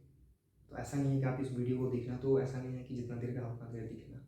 हाँ, आपको कुछ भी समझ में नहीं आया हो तो आप थोड़ा सा टाइम दीजिए, आपको हर चीज़ समझ में आ जाएगा। लेकिन जो थोड़ा बहुत मैथ पढ़ रखे हैं, जिनको रिविजन करना है, आप फास्ट करके देख सकते हैं। कह रहा है यहाँ पर average of P1, P2 and P3 is 50 है।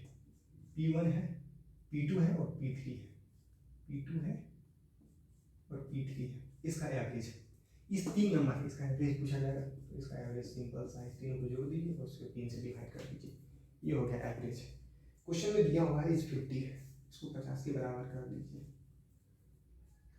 If the value of P1 is half of average,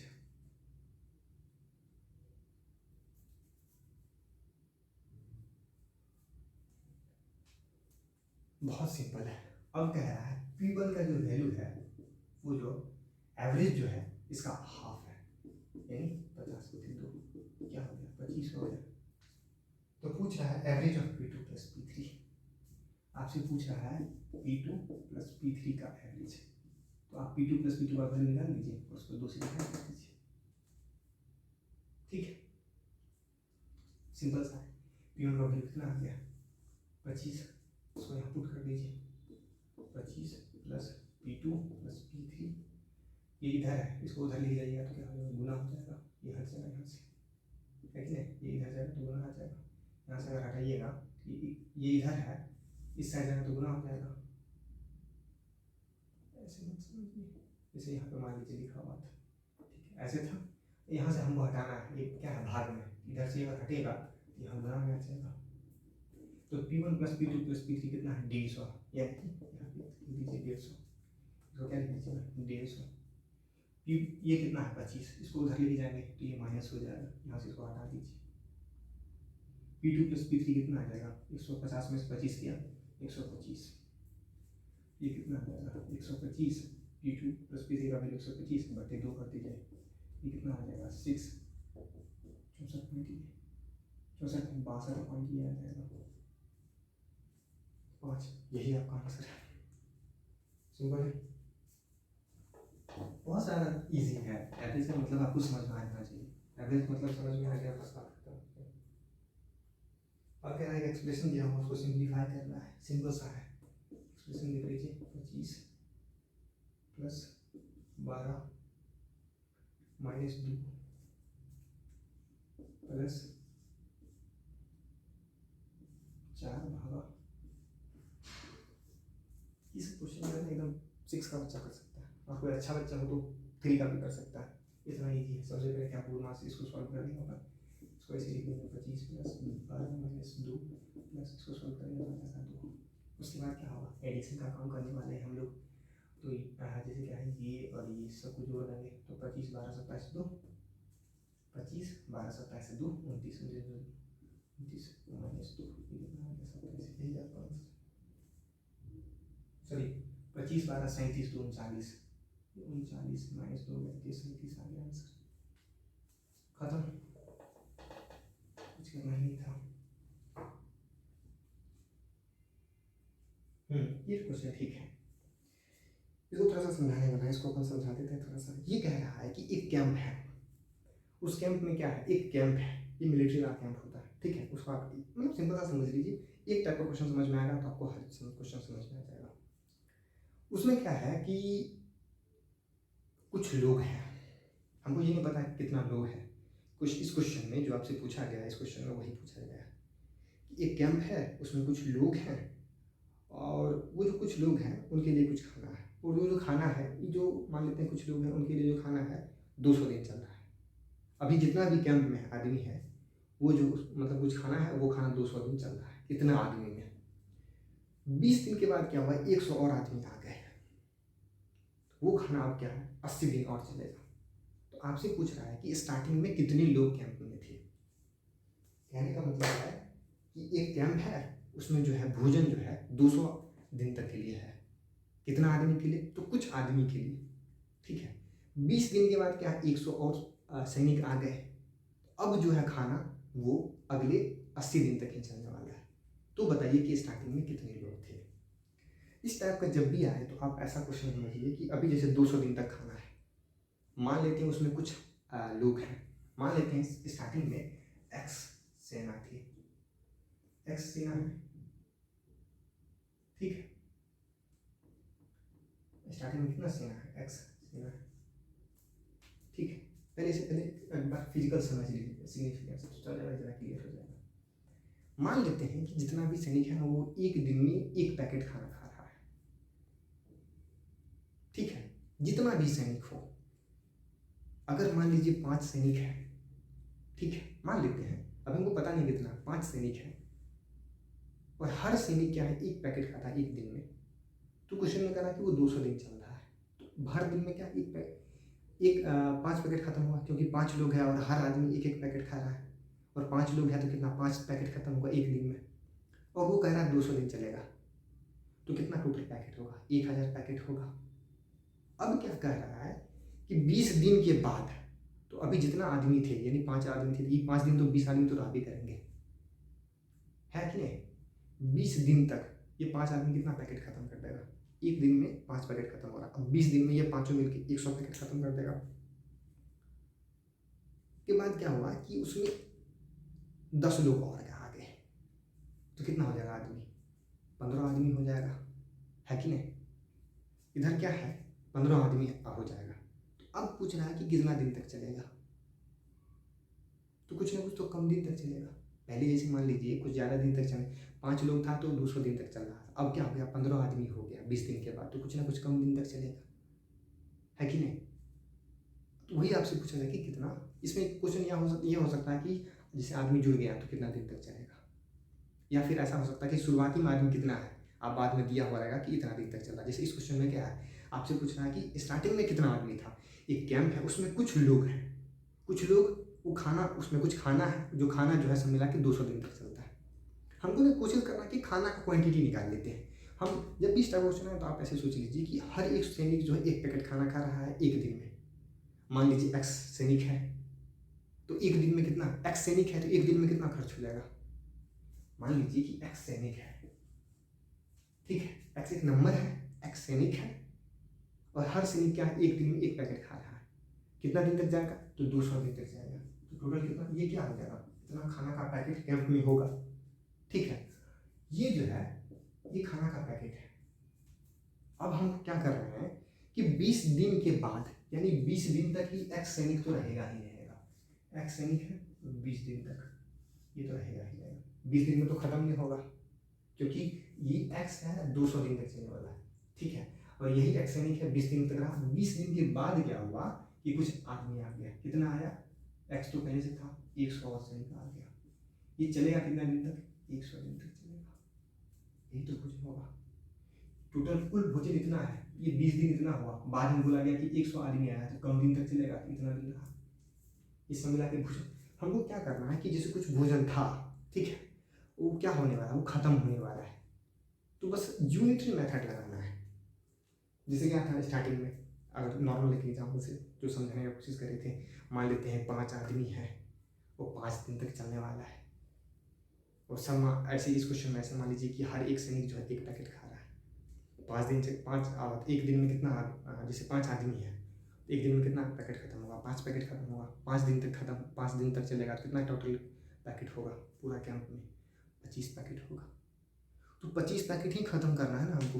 कितना है, एक्स लोग था, 200 दिन तक चल रहा है, इतना पैकेट है। 20 दिन तक तो उतना ही आदमी है, प्लस 20 दिन के बाद क्या, इतना आदमी पहले से था, 100 आदमी आ गया, चलेगा कितना दिन तक, इतना दिन तक। उसको पूरा पूरा आ, उसको सॉल्व कर दीजिए। ये क्या आ गया, 200x, ये आ जाएगा 20x, और ये आ जाएगा 80x, है ना, 80x प्लस 8000, ये 100x इधर आ गया। ये क्या आ जाएगा, 100x बराबर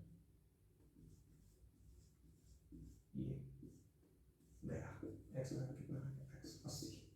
x क्या था, कितना स्टार्टिंग में सैनिक था, तो अपना कितना सैनिक था, 80 था। यही आंसर है। तो हम इसका स्टेप में ऐसा क्या कीजिए कि मान लीजिए कि उसमें क्या है, एक पैकेट, एक सैनिक जो है एक दिन में खत्म कर रहा है। मतलब एक सैनिक एक दिन में एक पैकेट खा रहा है। अगर मान लीजिए उसमें 5 सैनिक है तो टोटल कितना, 5 पैकेट खत्म होगा। कितना दिन तक चलने वाला है, क्वेश्चन में दिया हुआ रहेगा, 200 दिन तक चलने वाला है। एक दिन में 5 को खत्म हो रहा है तो 200 दिन कितना होगा, 1000 पैकेट खत्म होगा।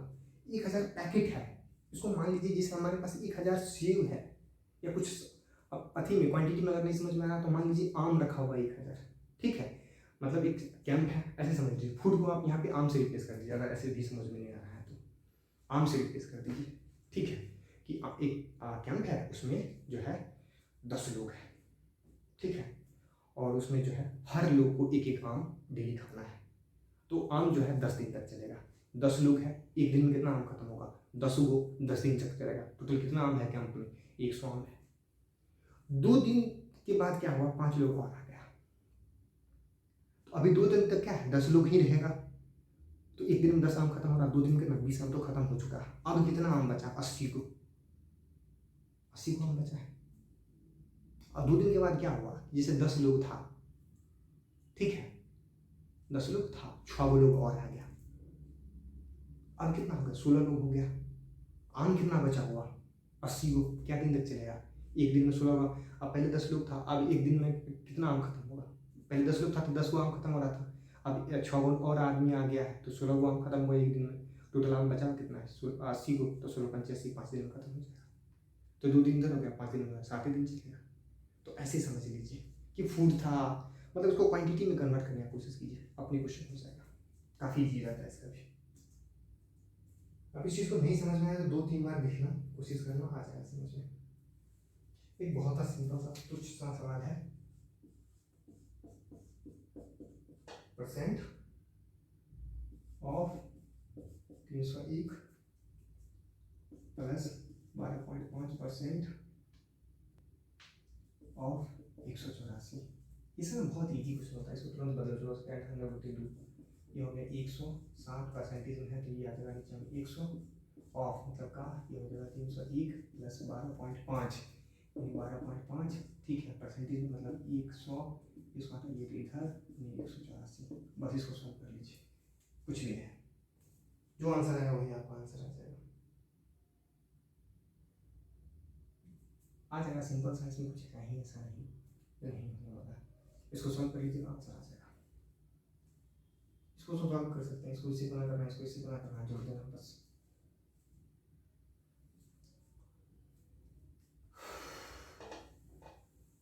ठीक है,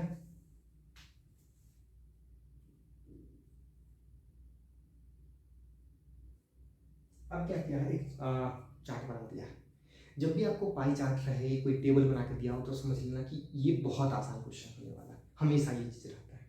एक टेबल बना दिया है, ठीक है, population data from village in 5 consecutive year 2000, 2001, 2002, 2003, 2004 का क्या है, पॉपुलेशन लिख दिया और मेल और वुमेन का रेशियो दिए हुए है।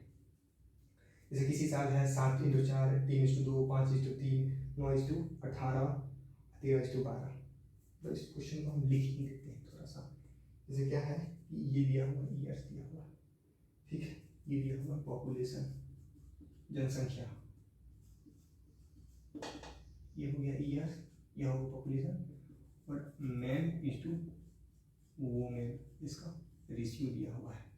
जैसे ईयर दिए हुए ये 2000, ये फिर है 2001, ये फिर है 2002, ये फिर है 2003, ये फिर है 2004, ऐसे करके दिया हुआ है। इसमें पॉपुलेशन है 143, इसके सामने है 143, इसमें है 145, इसमें है 128, इसमें है 136 और इसमें है 150। और मेन और वुमेन का रेशियो जो है इसमें है सबसे पहला में 7:4, इसके सामने है 3:2, इसके सामने है 5:3, इसके सामने है 9:8 और इसके सामने है 13:12।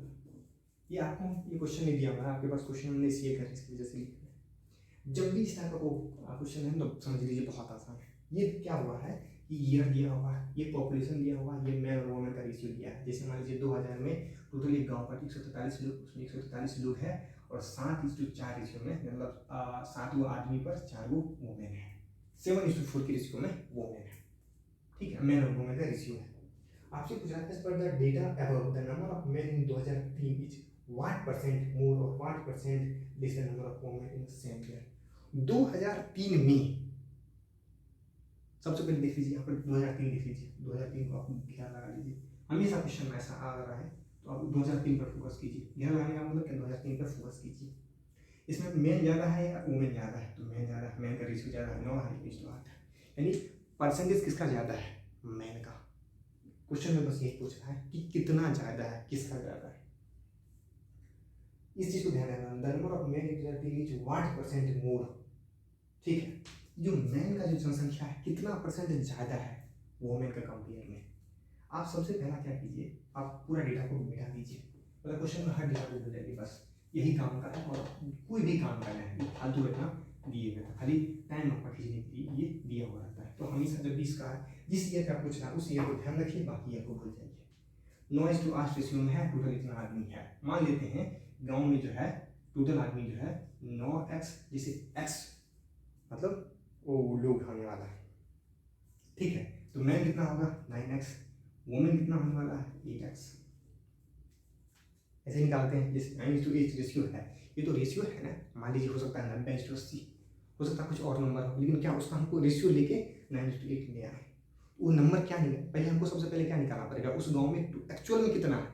यहाँ पर तो रेशियो दिया है 9:8 रेशियो में मैन और वोमेन है। तो हम सबसे पहले क्या करेंगे कि एक्चुअल निकाल लेंगे कि कितना उस गांव में मैन है और कितना उस गांव में वोमेन है। तो कैसे निकालते हैं, जैसे इसको है ये 9x ले लेंगे, ये 8x ले लेंगे, ठीक है, ओरिजिनल कुछ है, ठीक है, ये ले 9x + 8x, ये किसके बराबर हो जाएगा, 136 के बराबर होता है। ये 9x अपना क्या होगा, टोटल नंबर ऑफ मैन, ये 8x कितना, टोटल नंबर ऑफ वोमेन, दोनों मिलाने में क्या होगा, गाँव का बीच का वो हो जाएगा। तो 9 8 17 x बराबर हो जाएगा 136, 17 8 136, ठीक है।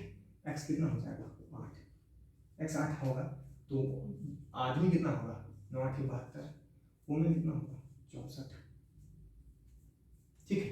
अब यहाँ पर लिख दीजिए मैन, ये कितना है 72, ये कितना वोमेन, इसको लिख लीजिए आप, ये कितना है 64। ज़्यादा कितना है, ज़्यादा कौन है, मैन है, कितना ज़्यादा है 8 ज़्यादा है,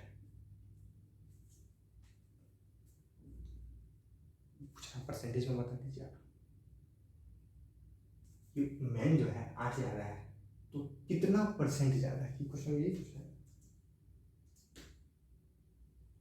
The number of men reacting is what percent more, what percent least the number of men in the same year।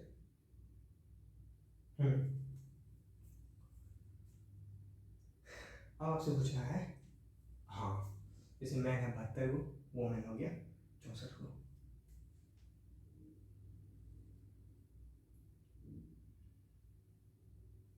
ठीक है।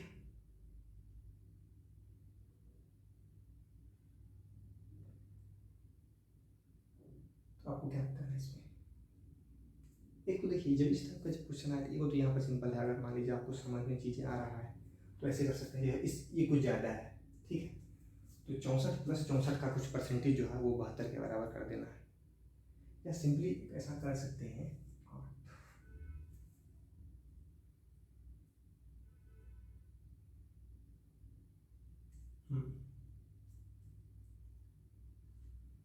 ये कितना, ये क्या है, इतना ज़्यादा मैन है, तो परसेंटेज निकालना अगर है मैन का तो क्या कर देंगे अपन, 8/64 × 100 कर देंगे। अगर ऐसे समझ में नहीं आ रहा है, इसको थोड़ा सा समझ लीजिए, ये कैसे लिखे हैं, तो ये कंफ्यूजन हो जाएगा, ये थोड़ा समझना ज़्यादा जरूरी है क्योंकि इसमें दिक्कत हो जाएगा, तो लोग इसी में जाकर करेंगे। 64 लोग वोमेन पर, 64 वोमेन पर कितना मैन ज़्यादा है, 8 मैन ज़्यादा है कि नहीं, जैसे 64 वोमेन है 72 वोमेन, वो 64 वोमेन पर 72 वोमेन है, तो अगर 64 वोमेन है तो उस पर 8 को मैन है, इतना ज़्यादा है, तो 100 वोमेन, परसेंटेज का मतलब क्या होगा 100 पे पूछ रहा है, 100 वोमेन पर कितना होगा 8/64 × 100, ये हो जाएगा 8, ये हो जाएगा आपका 12.5%, ये आपका आंसर आ गया।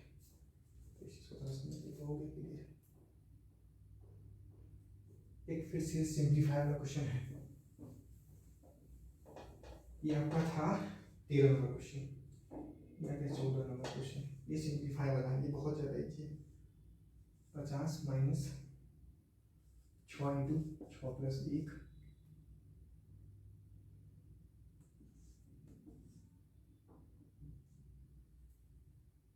डिवीजन है 8 +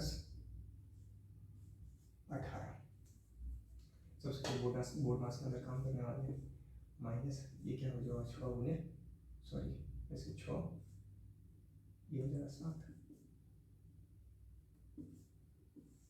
ठीक है, भागा 8 + 18, ये क्या होने वाला है 50 × 64 = 42, ये हो गया। उसके बाद 8 क्वेश्चन है, ये सिंपल सा क्वेश्चन है, 2 successive discount of 20% and 30% are given while selling an item, ratio of mark price to the selling price of the item। Camera तो बंद नहीं हुआ, हाँ सिंपल सा, ये बहुत ज़्यादा इजी है। इसमें एक चीज़ आपको समझ से आना चाहिए कि मार्क प्राइस क्या होता है, सेलिंग प्राइस क्या होता है। इसमें मार्केट प्राइस होता है, एक होता है मार्केट प्राइस, एक होता है सेलिंग प्राइस।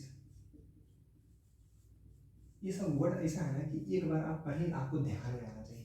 मार्क प्राइस क्या होता है, जैसे दुकान में जाइएगा तो क्या होता है कि लोग, जैसे मान लीजिए हम ही दुकान चला रहे हैं, गए मार्केट से कुछ सामान लाए, ठीक है, कुछ रुपया में, उस पर क्या कि कुछ उस पर डिस्काउंट, मतलब उस पर क्या लगा दी, लेवल लगा दी, जैसे हम नाम क्या लिखे हुए हैं वो लगाए हुए हैं, क्या बोलते हैं, पंच मारने वाला, मतलब प्राइस टैग, ठीक है। मान लीजिए हम मार्केट चलाएँ 20 रुपया में, ठीक है। अब होता क्या है कि जैसे लोगों का ना बहुत जगह ये आदत होता है कि जैसे मान लीजिए, ये शोरूम का बात नहीं कर रहा हूँ मैं, ये शोरूम के लिए नहीं है, छोटे मोटे लोग के लिए है। तो वहाँ पे क्या होता है, जैसे वो जनरली जाते हैं सामान खरीदने के लिए, तो जैसे प्राइस ना वो लिखा हुआ रहता है जैसे 200, लेकिन जो खरीदार होता है, जो खरीदने वाला है, वो बोलता है कुछ कम कर दीजिए भैया, थोड़ा सा डिस्काउंट कर दीजिए। वहाँ पे दुकानदार क्या करता है कि कुछ डिस्काउंट कर देता है, जैसे 200 है उसको 180 में दे दिया, उस पर प्राइस लिखा हुआ है 200 रुपया, पर उसको दे रहा 180 में। तो उस पर जो प्राइस लिखा हुआ है ये हो गया मार्क प्राइस, और कुछ डिस्काउंट करके जो जिसे वो दे रहा है ये हो गया उसका सेलिंग प्राइस। तो मार्क प्राइस का मतलब क्या हुआ, जो उस पर प्राइस लिखा हुआ है, और सेलिंग प्राइस का मतलब हुआ जिस प्राइस में हम बेच रहे हैं, एक्चुअल प्राइस जिसमें हम बेच रहे हैं। जैसे मान लीजिए कोई प्राइस, कोई सामान है उस पर हम मार्क किया पर 200 रुपया, हम क्या कर रहे हैं, हमसे बुलाया कि आप कुछ डिस्काउंट कर दीजिए, हम क्या किए, बोले ठीक है डिस्काउंट कर देते हैं आपको हम 180 में दे देते हैं। तो मार्क प्राइस हो गया 200, सेलिंग प्राइस हो गया 180 रुपया, तो कुछ ना कुछ तो डिस्काउंट दिए, कुछ परसेंटेज का। यही क्वेश्चन में कह रहा है कि two successive discount of 20% and 30% given while selling an item. Successive discount का क्या मतलब होता है, डिस्काउंट के ऊपर डिस्काउंट है। मान लेते हैं, कह रहा है ये what is the ratio of mark price to the selling price of item. हम मान लेते हैं कि कोई भी दुकान, मतलब सामान है, उसका मार्क प्राइस क्या है, एक्स है, ठीक है। इस क्वेश्चन के अकॉर्डिंग मार्क प्राइस और सेलिंग प्राइस का रेशियो क्या होगा, तो अब हम क्या करेंगे, सेलिंग प्राइस निकालेंगे। क्वेश्चन में कह रहा है two successive discount of 20% and 30%, पहले 20% फिर 30% का डिस्काउंट दिया जाता है, ठीक है। इस पे 20% है, एक्स का 20, एक्स इस पे 20% डिस्काउंट दिए, इसका पहले 20% निकाल लीजिए आप, 5, ये हो गया एक्स बटे 5, ठीक है। ये इतना का क्या है, डिस्काउंट है, प्राइस कितना था, मार्क प्राइस इतना था, डिस्काउंट दिए एक्स बटे 5 का, कितना नाम मिलेगा 4x बटे 5। अब क्या कह रहे हैं हम कि इस पे फिर से हम डिस्काउंट दिए 30% का। अगर आप चाहे तो इस लाइन को एक लाइन में निकाल सकते हैं, इतना करने का जरूरत भी नहीं है, इसको आप बस चाहें तो इसे निकाल सकते हैं। जैसे मान लीजिए कभी भी अगर जैसे वो परसेंटेज निकालना, मतलब जैसे मान लीजिए कुछ परसेंट हम डिस्काउंट दिए तो फाइनल कितना में बिकेगा, ये क्या है, जितना प्राइस में हम बेच रहे हैं, ये क्या है, डिस्काउंट कितना रुपये का डिस्काउंट वो निकाले, एक्स रुपया दाम था, मतलब मार्क प्राइस था, इस पर 20% ऑफ दिए तो कितना रुपये का ऑफ हुआ, एक्स बटे 5, एक्स प्राइस था, एक्स बटे 5 घटा दिए, कितना 20, इतना। आप इसको डायरेक्ट एक लाइन में भी निकाल सकते हैं, वो भी देख लीजिए कैसे। एक्स हमारा क्या था, प्राइस था, इस पर डिस्काउंट कितना दिए, एक्स का 20% दिए, एक्स हमारा प्राइस था, डिस्काउंट किए मतलब कुछ, मतलब कम किए, तो माइनस होगा कितना, तो 20% किसका, एक्स का 20%, ये होगा एक्स बटे 5, ये होगा एक्स माइनस एक्स बटे 5। इसको सॉल्व कीजिएगा तो यही आ जाएगा डायरेक्ट, जो इसके बराबर होता है। तो आप इसको एक लाइन में भी कर सकते हैं, नहीं अगर होता है तो आप दो लाइन में कर लीजिए। ये हो गया, इस पे क्या, ये मार्क प्राइस है, अब नया मार्क प्राइस ये आ गया, ठीक है। इस पे क्या किए, हम फिर से डिस्काउंट दे दिए, कितना का, 30% का, 4x बटे 5, एक लाइन में हम निकालते हैं 30% का डिस्काउंट, माइनस 4x बटे 5, इसका 30%, हमारा ओरिजिनल प्राइस ये था और 30% का डिस्काउंट दिए, तो कितना का डिस्काउंट होगा, यहाँ से निकल जाएगा, तो यहाँ से कितना आ जाएगा, ये गया, ठीक है, 4 दिया 12, यानी 4x बटे 5 माइनस 4 दिया 12 x बटे 50, 10 चौक 40, 40 में से 12 गया 28 बटे 50 x, यही आने वाला है ना, ये गया 50, 5 बटे 10 चौक 40, 40 माइनस 12 28, 28 बटे 50, ये हो गया। पहले यहाँ पर ये कितना हो गया 20% डिस्काउंट, ये हो गया 30% डिस्काउंट, ठीक है। तो फाइनली हम सामान कितना में बेच रहे हैं, कितना में बेच रहे हैं, 28 इस टू 50 एक्स में, और हमारा ओरिजिनल मार्क प्राइस कितना था, एक्स था। यही आपसे रेशियो पूछ रहा है, मार्क प्राइस और सेलिंग प्राइस का रेशियो, तो एक्स इज टू 28 बटे 50 एक्स, इसको आप जैसे लिखा हुआ है, इसको आप ऐसे ऐसे काट दीजिए, इसको यहाँ से भगा के यहाँ लेके आ जाइए, तो रेशियो क्या हो जाएगा 50 इज टू 28, और सिंप्लीफाई अगर फॉर्म में दिया हुआ है तो सिंप्लीफाई कर लीजिए, सिंप्लीफाई करके दिया और इसको आप लिख सकते हैं 25:14। यही आपका आंसर है। ठीक है,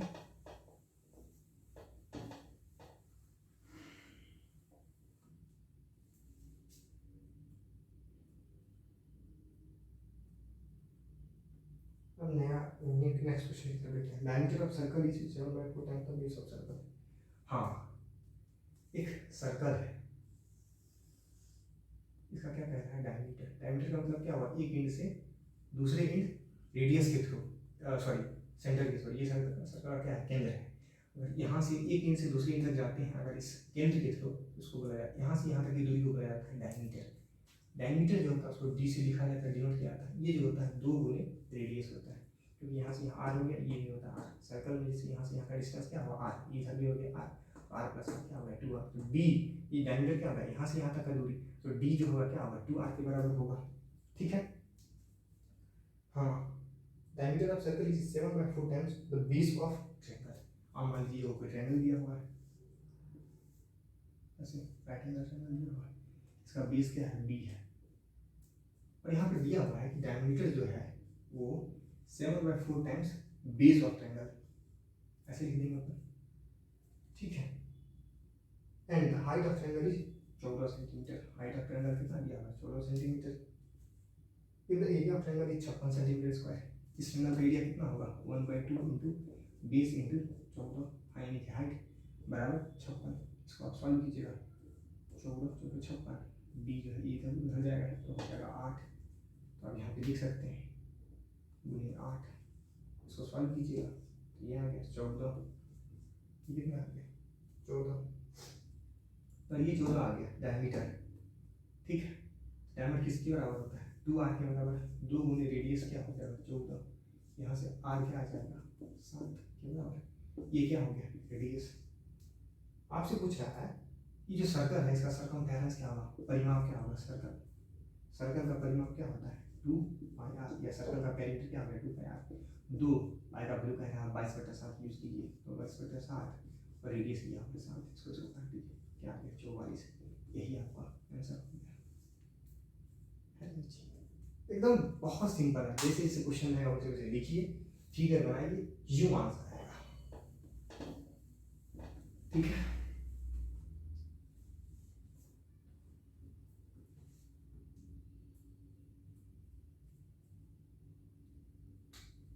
अब क्या करना है, एक बोट है, बोट का मतलब नाव है, उसको पानी में धारा के साथ बहना है। कितना दूर चलना है, क्वेश्चन में दिया हुआ 80 किलोमीटर चलना है धारा के साथ। ठीक है, एक speed of boat in still water. Still water का मतलब क्या हुआ कि वाटर का स्पीड जो है 0 है। स्टिल वाटर का मतलब वाटर का स्पीड 0, स्टेशनरी है water. Boat of still water, the speed of boat in still water is 14 kilometre per hour. Boat का स्पीड, इसका स्पीड, बोट इसका स्पीड, बोट का स्पीड ये दिया हुआ है 14 किलोमीटर पर आवर। और एक धारा बह रहा मतलब होता है ना धारा, तो धारा का स्पीड है स्पीड ऑफ करंट, ये हो गया 6 किलोमीटर पर आवर। आपको बताना है समय कितना लगेगा 80 किलोमीटर ट्रैवल करने में, बहुत ज़्यादा इजी है। बोट का स्पीड क्या है, इतना है 14 किलोमीटर पर second, sorry 14 kilometre per hour, और स्पीड करंट का स्पीड कितना है 6। तो दोनों एक ही डायरेक्शन में क्या है, स्टील वाटर एक ही डायरेक्शन में, जिस डायरेक्शन में करंट, इसमें क्वेश्चन में क्या कह रहा है कि करंट के साथ मूव करना है, मतलब जिस दिशा में करंट जाना उसी के साथ दिशा में बोट को चलना है। ये हमेशा दिया हुआ है कि करंट की दिशा में चलना है या अपोजिट दिशा में। अगर करंट इसे जिस दिशा में नाव जा रहा है उसी दिशा में बोट भी चल रहा है, तो टोटल स्पीड क्या हो जाएगा 14 और 6 हो जाएगा। मान लीजिए बोट इस डायरेक्शन में जा रहा है और धारा इस डायरेक्शन में है, जैसे मान लीजिए हम इस डायरेक्शन में जा रहे हैं और हवा भी इसी डायरेक्शन में है, तो एक्चुअल स्पीड क्या होता है, रियल स्पीड क्या बढ़ जाता है। हम जैसे 6 किलोमीटर चल रहे हैं, हवा 2 किलोमीटर चल रहा है, अगर कोई दूसरा आदमी देखिए कितना 8 किलोमीटर पर सेकंड से चल रहा है, क्योंकि हवा भी 2 किलोमीटर पर सेकंड से चल रहा है, वो हमारा स्पीड क्या करता है बढ़ा देता है। लेकिन मान लीजिए हम 6 किलोमीटर से चल रहे हैं, 2 किलोमीटर से हवा पीछे की डायरेक्शन में चल रहा है, तो एक्चुअल स्पीड क्या है कम हो जाता है। सेम यहाँ पर है, बोट का स्पीड क्या है 14 किलोमीटर पर आवर, करंट का स्पीड क्या है 6 किलोमीटर, और कह रहा है करंट की डायरेक्शन में भी हमको जाना है, तो एक्चुअली स्पीड कितना हो जाएगा 20 किलोमीटर पर आवर, और 80 किलोमीटर जाना है तो टाइम कितना लगेगा 80/20 यानी 4 आवर। यही आपका आंसर है, काफी इजी है।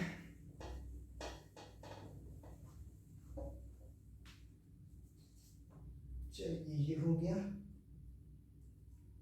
अब कह रहा है कि total surface area of cube, तो पहले आपको फॉर्मूला याद रखना चाहिए, total surface area of cube. तो इसे कितना फॉर्मूला याद करें, फॉर्मूला याद करने का कोई जरूरत नहीं है, ये तो हम बोल दिए फॉर्मूला के लिए। पहले क्यूब का मतलब समझ लीजिए,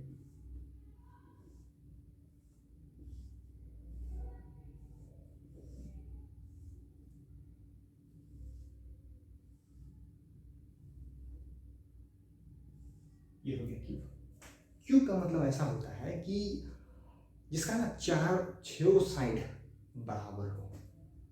जैसे मान लीजिए एक रूम है, ठीक है, उसमें जैसे इसी रूम में हम लोग खड़ा है, इसका इस साइड, इसका इस साइड, इसका इस साइड, इसका इस साइड, इसका उस साइड, इसका इस साइड, सब क्या है बराबर है। अगर बराबर है तो ये क्या हो गया, मतलब कहने का मतलब ये हो गया कि जैसे इस ये जो है रूम है, ये जो इसका लंबाई, इसका ऊंचाई और इसका चौड़ाई तीनों बराबर है, वो क्यूब हो गया।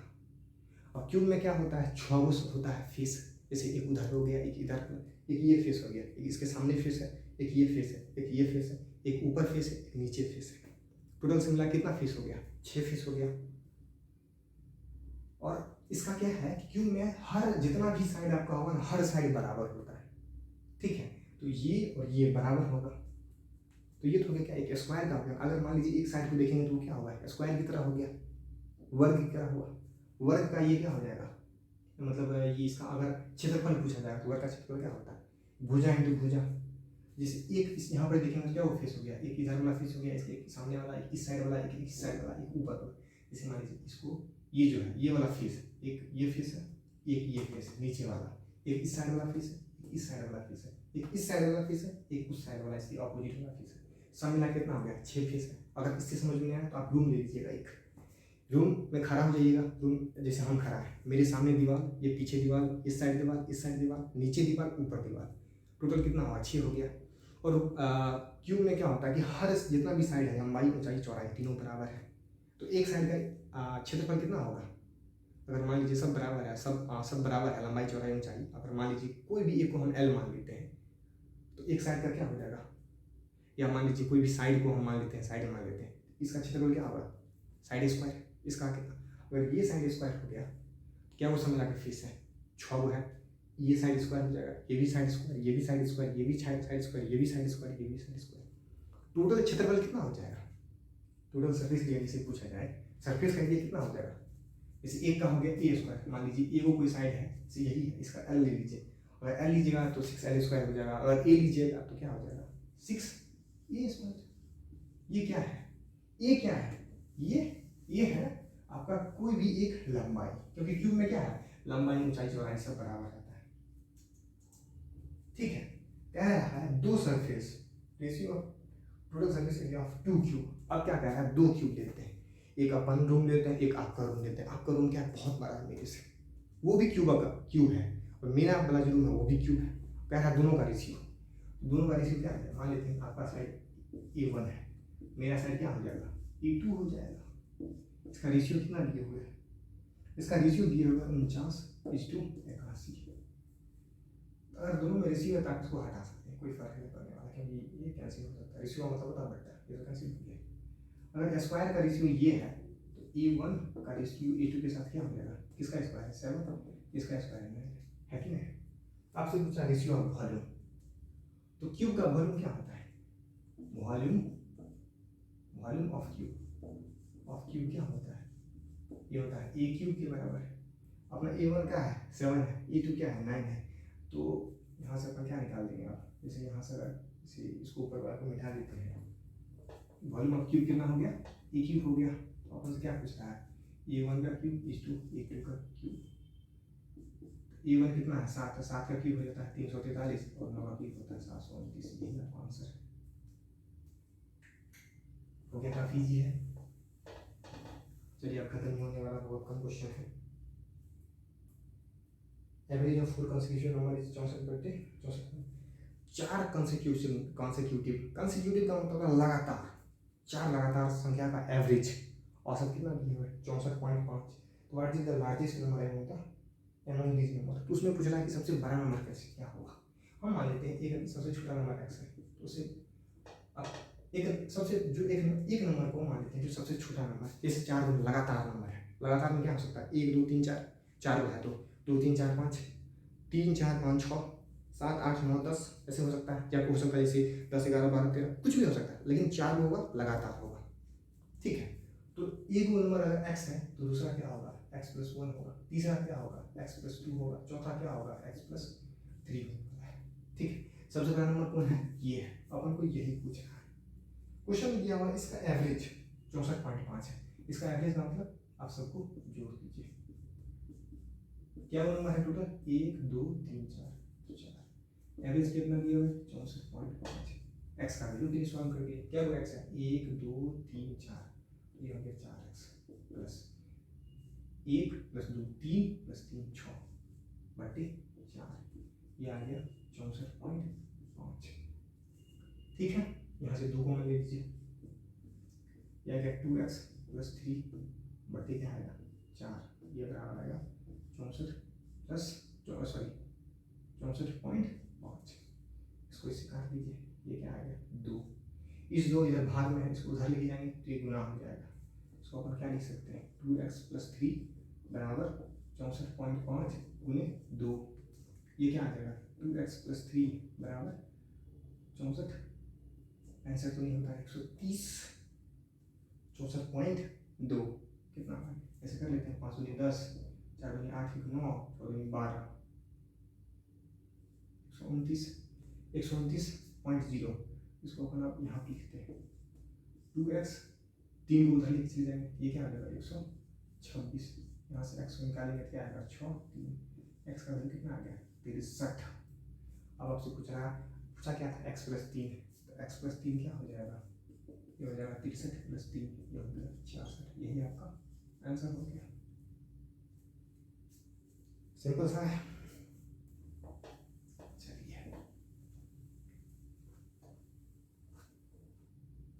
ठीक है,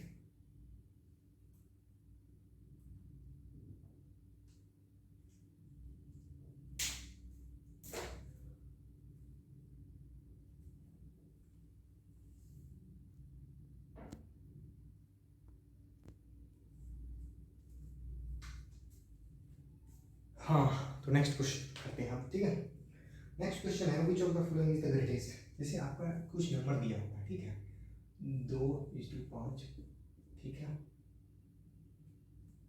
1:2,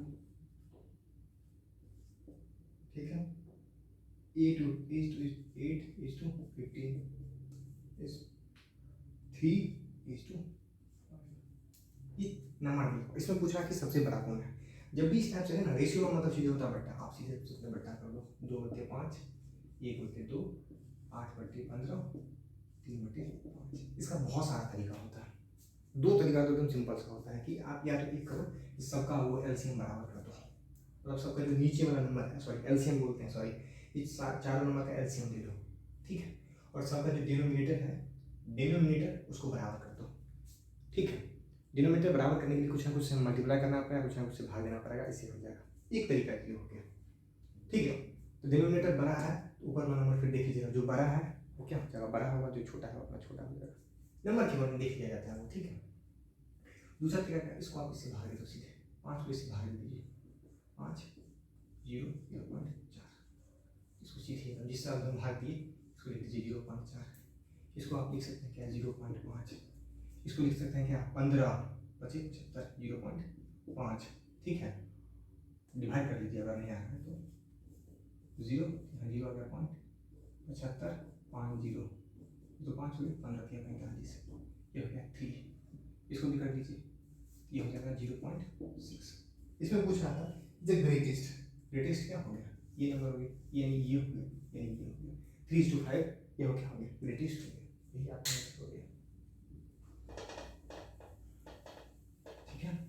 सिंपल है, बहुत ईजी है। बस यहाँ कीजिए, भाग दे दीजिए, भाग दे दीजिए, आगे कीजिए कौन सा नंबर बड़ा कौन सा छोटा है, रेशियो को पहले बट्टी में बटा के भाग में, बस हो गया। 4 years ago Shyam age was, इस टाइप का जब भी रहे ना कि एज 4 साल पहले कुछ और था, 4 साल के बाद कुछ और हो गया, तो अभी की एज क्या होगा, सीधे ले लीजिए। जैसे श्याम के बारे में पूछना है, क्वेश्चन पढ़ लीजिए, श्याम प्रेजेंट एज मान लीजिए एक्स लेट, ठीक है। अभी श्याम का प्रेजेंट एज क्या है, एक्स है। श्याम 4 years ago 4 साल पहले, 4 years ago, तो क्या हो जाएगा x माइनस 4। एक्स का वैल्यू मान लीजिए अगर 15 आता तो 4 साल पहले कितना होता है 11। एक्स का वैल्यू 10, 4 साल पहले मतलब कितना 6, तो एक्स में से 4 करेंगे तो क्या होगा 4 years ago। श्याम का एज कितना था, कितना था, Shyam age 5, 2 3/4 times that of Ram's. अब मान लीजिए एक और, इसे राम का age let, age of Ram, इसको मान लीजिए वाई, इसको मान लीजिए आप, ठीक है। अब क्या करा, 4 years ago श्याम एज हुआ 3/4 times that of Ram. 4 years ago Shyam का एज कितना होगा x माइनस 4, ये किसके बराबर है 3/4 times that of Ram's. Ram का एज कितना है y 3/4 times that of y, ये होने वाला है। यहाँ से अगर आप सॉल्व कीजिएगा कितना आएगा, ये आएगा 4x, ये आएगा -16 बराबर 3y, इसको इधर लेके आ जाइए, 4x माइनस 3y बराबर 16, एक इक्वेशन ये बना ली है, ठीक है। अब क्या कर रहा है, 4 years hence 4 साल के बाद, 4 years hence, hence मतलब बाद, 4 साल बाद श्याम का एज कितना होगा x + 4, ये किसके बराबर है, कह रहा है क्वेश्चन में श्याम का एज जो है will be 5/6 age of Ram. Ram का एज क्या है y, इसको भी सॉल्व कर लीजिए आप, एक ध्यान रखिए तो 6x + 24 ये हो जाएगा 5 y के बराबर, इसको इधर लेके आ जाइए, 6x माइनस 5y, ये उधर जाएगा तो -24, ये दूसरा इक्वेशन हो गया। दोनों इक्वेशन को सॉल्व कर लीजिए। आप इसे कैसे सॉल्व करेंगे ये समझ में आएगा आपका। श्याम का अभी का एज कितना है x, ये हम मान लिए, राम का अभी का एज कितना है y, ये हम मान लिए, ठीक है। 4 ईयर्स पहले, 4 साल पहले श्याम का एज क्या होगा x - 4, वो क्वेश्चन में दिया हुआ है x - 4 जो है वो राम की एज का कितना है 3/4 भाग है, तो श्याम का एज 4 साल पहले कितना होगा x - 4, वो किसके बराबर है 3/4 टाइम्स राम का एज 3/4 हुआ है। ये यहाँ से एक इक्वेशन बन गया, 4 साल बाद तो x + 4, ये 5/6 टाइम्स y, जैसे जैसे क्वेश्चन में दिया वैसे आप कर लीजिए, कुछ 2 इक्वेशन बन जाएगा, एक इक्वेशन आपका ये बन गया, एक इक्वेशन ये बन गया, दोनों को आप सॉल्व करेंगे आंसर आ जाएगा सिंपली।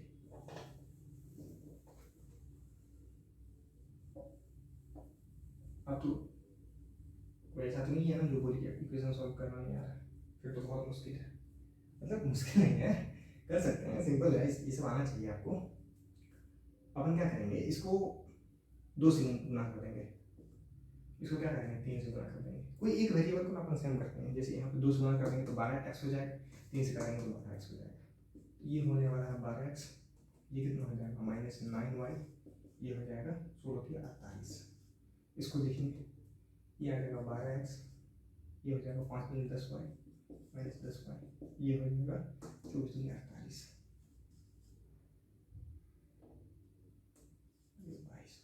ये माइनस के साथ होगा, इसको घटा दीजिए, ये माइनस प्लस हो जाएगा, जब घटाव करेंगे ये माइनस प्लस हो जाएगा, ये तो मेरा ये प्लस 10y माइनस 9y, ये हो गया y, इधर आ जाएगा 48 में 96, ये आ गया इसका वैल्यू, ये आपका आ गया राम का एज आ गया। अब पूछ रहा है श्याम का एज, कोई भी इक्वेशन में आप क्या है x का y का वैल्यू डाल दीजिए, जो आएगा वही राम का एज होगा। तो राम का एज क्या होगा, जैसे इसमें हम डाल देते हैं इस इक्वेशन में 4x बराबर क्या होगा 16 + 3y, 3 × y यानी 96। अब इसको 4 से इसको सॉल्व कर दीजिएगा, सॉल्व करने का सिंपल सा तरीका, पूरा को 4 से भाग दे दीजिए, इसमें क्या कर लीजिए 4 कॉमन ले लीजिए, 4 कॉमन लीजिएगा ये आएगा 4 + 3 × 24, ठीक, नीचे भी 4, ये 4 तो गया 24 के 72 4 76,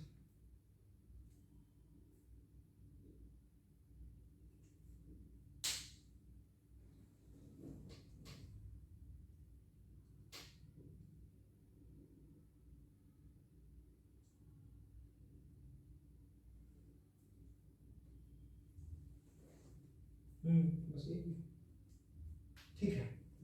तो ये ऐसे हो गया, ठीक है।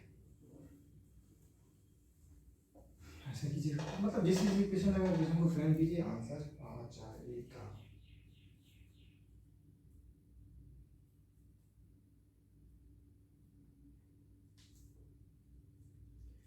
अब देखिए एक पाई चार्ट दिया हुआ है। पाई चार्ट क्या होता है, इस टाइप से एक सर्कल बना हुआ रहेगा, ठीक है। उसमें कुछ भाग, क्या भाग है, 1 2 3 4 5 6, 5 भाग में, 2 ठीक है, 3 4 5 ऐसे दिए हुए। इसमें क्या कह रहा है कि बास्केटबॉल, हाँ खेल का नाम दिया हुआ है, जैसे बास्केटबॉल है 20%, 20% क्या बास्केटबॉल है, बास्केटबॉल। टेनिस है 35%, ठीक है, टेबल टेनिस है। फिर है फुटबॉल है 14%, उसके बाद फिर है क्रिकेट है 21%, फिर है ये अदर है 10%, ऐसे करके दिया, ठीक है। सो द परसेंट, ये परसेंटेज नहीं है, total number of the students है 500 के, how many students play cricket. अब क्या कह रहा है, टोटल नंबर ऑफ स्टूडेंट जो है वो कितना है, 500। इस 500 का ना पाई चार्ट का मतलब क्या होता है, इसको पिक्टोरियली हम रिप्रेजेंट करते हैं एक सर्कल के अथी पे, ठीक है। इस 500 का 10% कुछ और खेला, 20% कुछ और खेला, ये कुछ और खेला, ये कुछ और खेला, ये कुछ और खेला, एकदम सिंपल सा फंडा। इस क्वेश्चन में पूछा है find the total number of students, sorry if the total number of students 500 then how many students play cricket. और क्रिकेट के बारे में दे रखा है कि 21% लोग क्रिकेट खेलता है। टोटल कितना है 500, 500 का 21% निकाल लीजिए, 500 का 21%, ये गया 21 105, 105 लोग क्रिकेट खेलेगा, यही आपका आंसर आ गया। तो यही आंसर है।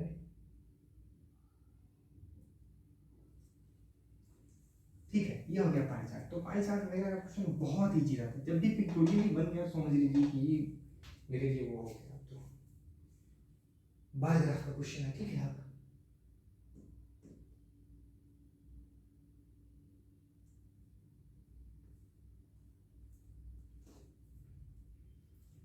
जैसे बार ग्राफ का क्वेश्चन में क्या क्वेश्चन ही नहीं बनाया था, क्वेश्चन अगर आता तो ज़्यादा अच्छा समझ में आता है, नहीं अपने पास तो बना ही देते हैं, और क्या दिक्कत है। जैसे क्या है, ये कुछ जैसे नंबर दिया हुआ ऐसे क्वेश्चन लिखा हुआ है, देखिए 35 तक जा रहा है, 0 सॉरी 0 जगह है 5 10 15 20 25 30 ऐसा कुछ दिया हुआ है, ठीक है। इसमें क्या कह रहा है, फैन कूलर द फ्रम के the production of the fan cooler by large company consecutive year, हाँ 1998 1999 2000 2001। लो सर आपके जन्म से पहले, हाँ मेरे जन्म से पहले का बात है ये। अब क्या कह रहा है, फैन और कूलर का प्रोडक्शन हो रहा है, उसको क्या किया है, ये डाटा जो दिया लाख में किए हुए हैं, उससे हमको मतलब नहीं, वो सिंपल सा है, वो कोई बड़ा चीज़ नहीं है, ठीक है। अब कह रहा है इसमें जैसे एक ग्राफ बना रहा है, समथिंग मान लीजिए ये मान लीजिए किसका है, हाँ हाँ यहाँ पे थोड़ा सा कलर का यूज़ कर लेते हैं, हम भी कलर का यूज़ किया है। ये हो गया फैन, ब्लू कलर जो है फैन दिया मान लीजिए, और यहाँ पे भी समथिंग कुछ डेटा ऐसे है, ठीक है। तो इस तरह से ये 31 है,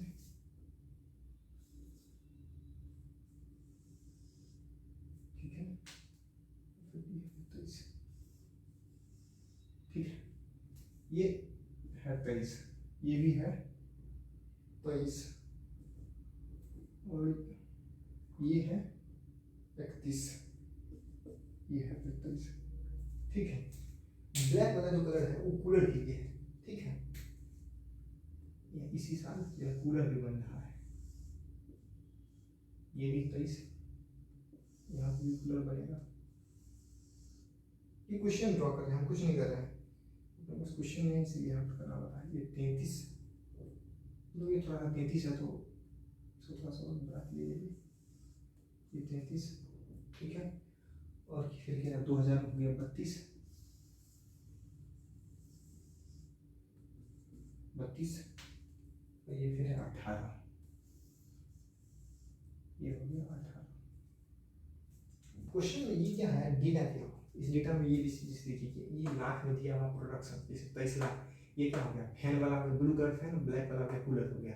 1998 में 23 लाख जो है क्वेश्चन में दिया हुआ है, ठीक है, बस आपको समझना है कि फैन हुआ है 23 लाख कूलर हुआ है, 1999 में 23 लाख फैन हुआ है, 33 लाख कूलर हुआ है, 2000 में 31 लाख फैन हुआ है, 32 लाख कूलर हुआ है, 2001 में 23 लाख फैन हुआ, 18 लाख कूलर हुआ है।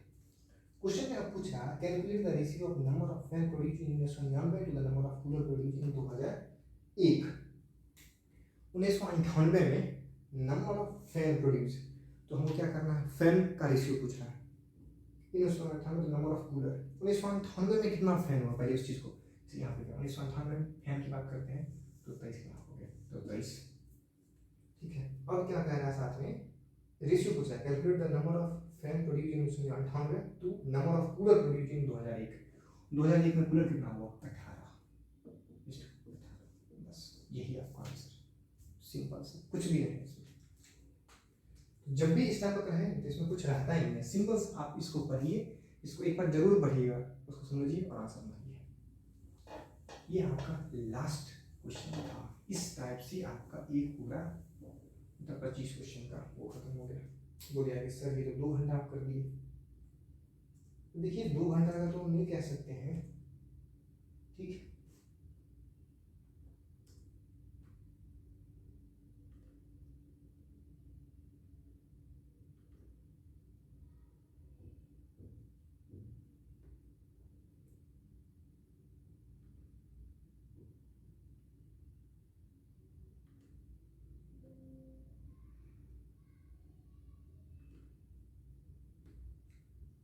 ठीक है, अपन इस वीडियो में यहीं तक रह देते हैं, फिर नेक्स्ट अपन फिर से कल एक नया वीडियो लेके आएंगे, उसमें भी फिर अपन क्या करेंगे, 25 क्वेश्चन करेंगे। पर ये आज हमारा पहला था तो इसमें अपन धीरे धीरे लेके चले हैं। कल जो हमारा वीडियो होगा थोड़ा सा उसमें क्या करेंगे, अपन स्पीड बढ़ाएंगे। और आप लोग क्या कीजिए कि जैसे आप कहिए कि सर इतना टाइम में तो एग्जाम में इतना टाइम तो मिलता नहीं, 40 मिनट लगेगा, आप इसको स्पीड में आप देखिएगा, समझाना था इसलिए इसमें इतना टाइम लगा। अगर आप खुद से अकेले में देखिएगा और अगर आप थोड़ा सा किए हुए हैं और आपको रिविजन के पर्पज से देखना है तो मुश्किल से इसमें 40 मिनट लगेगा। सॉरी, ये भी बहुत ज़्यादा अंक है, इसको आप देख लीजिएगा, ठीक है। Thank you very much.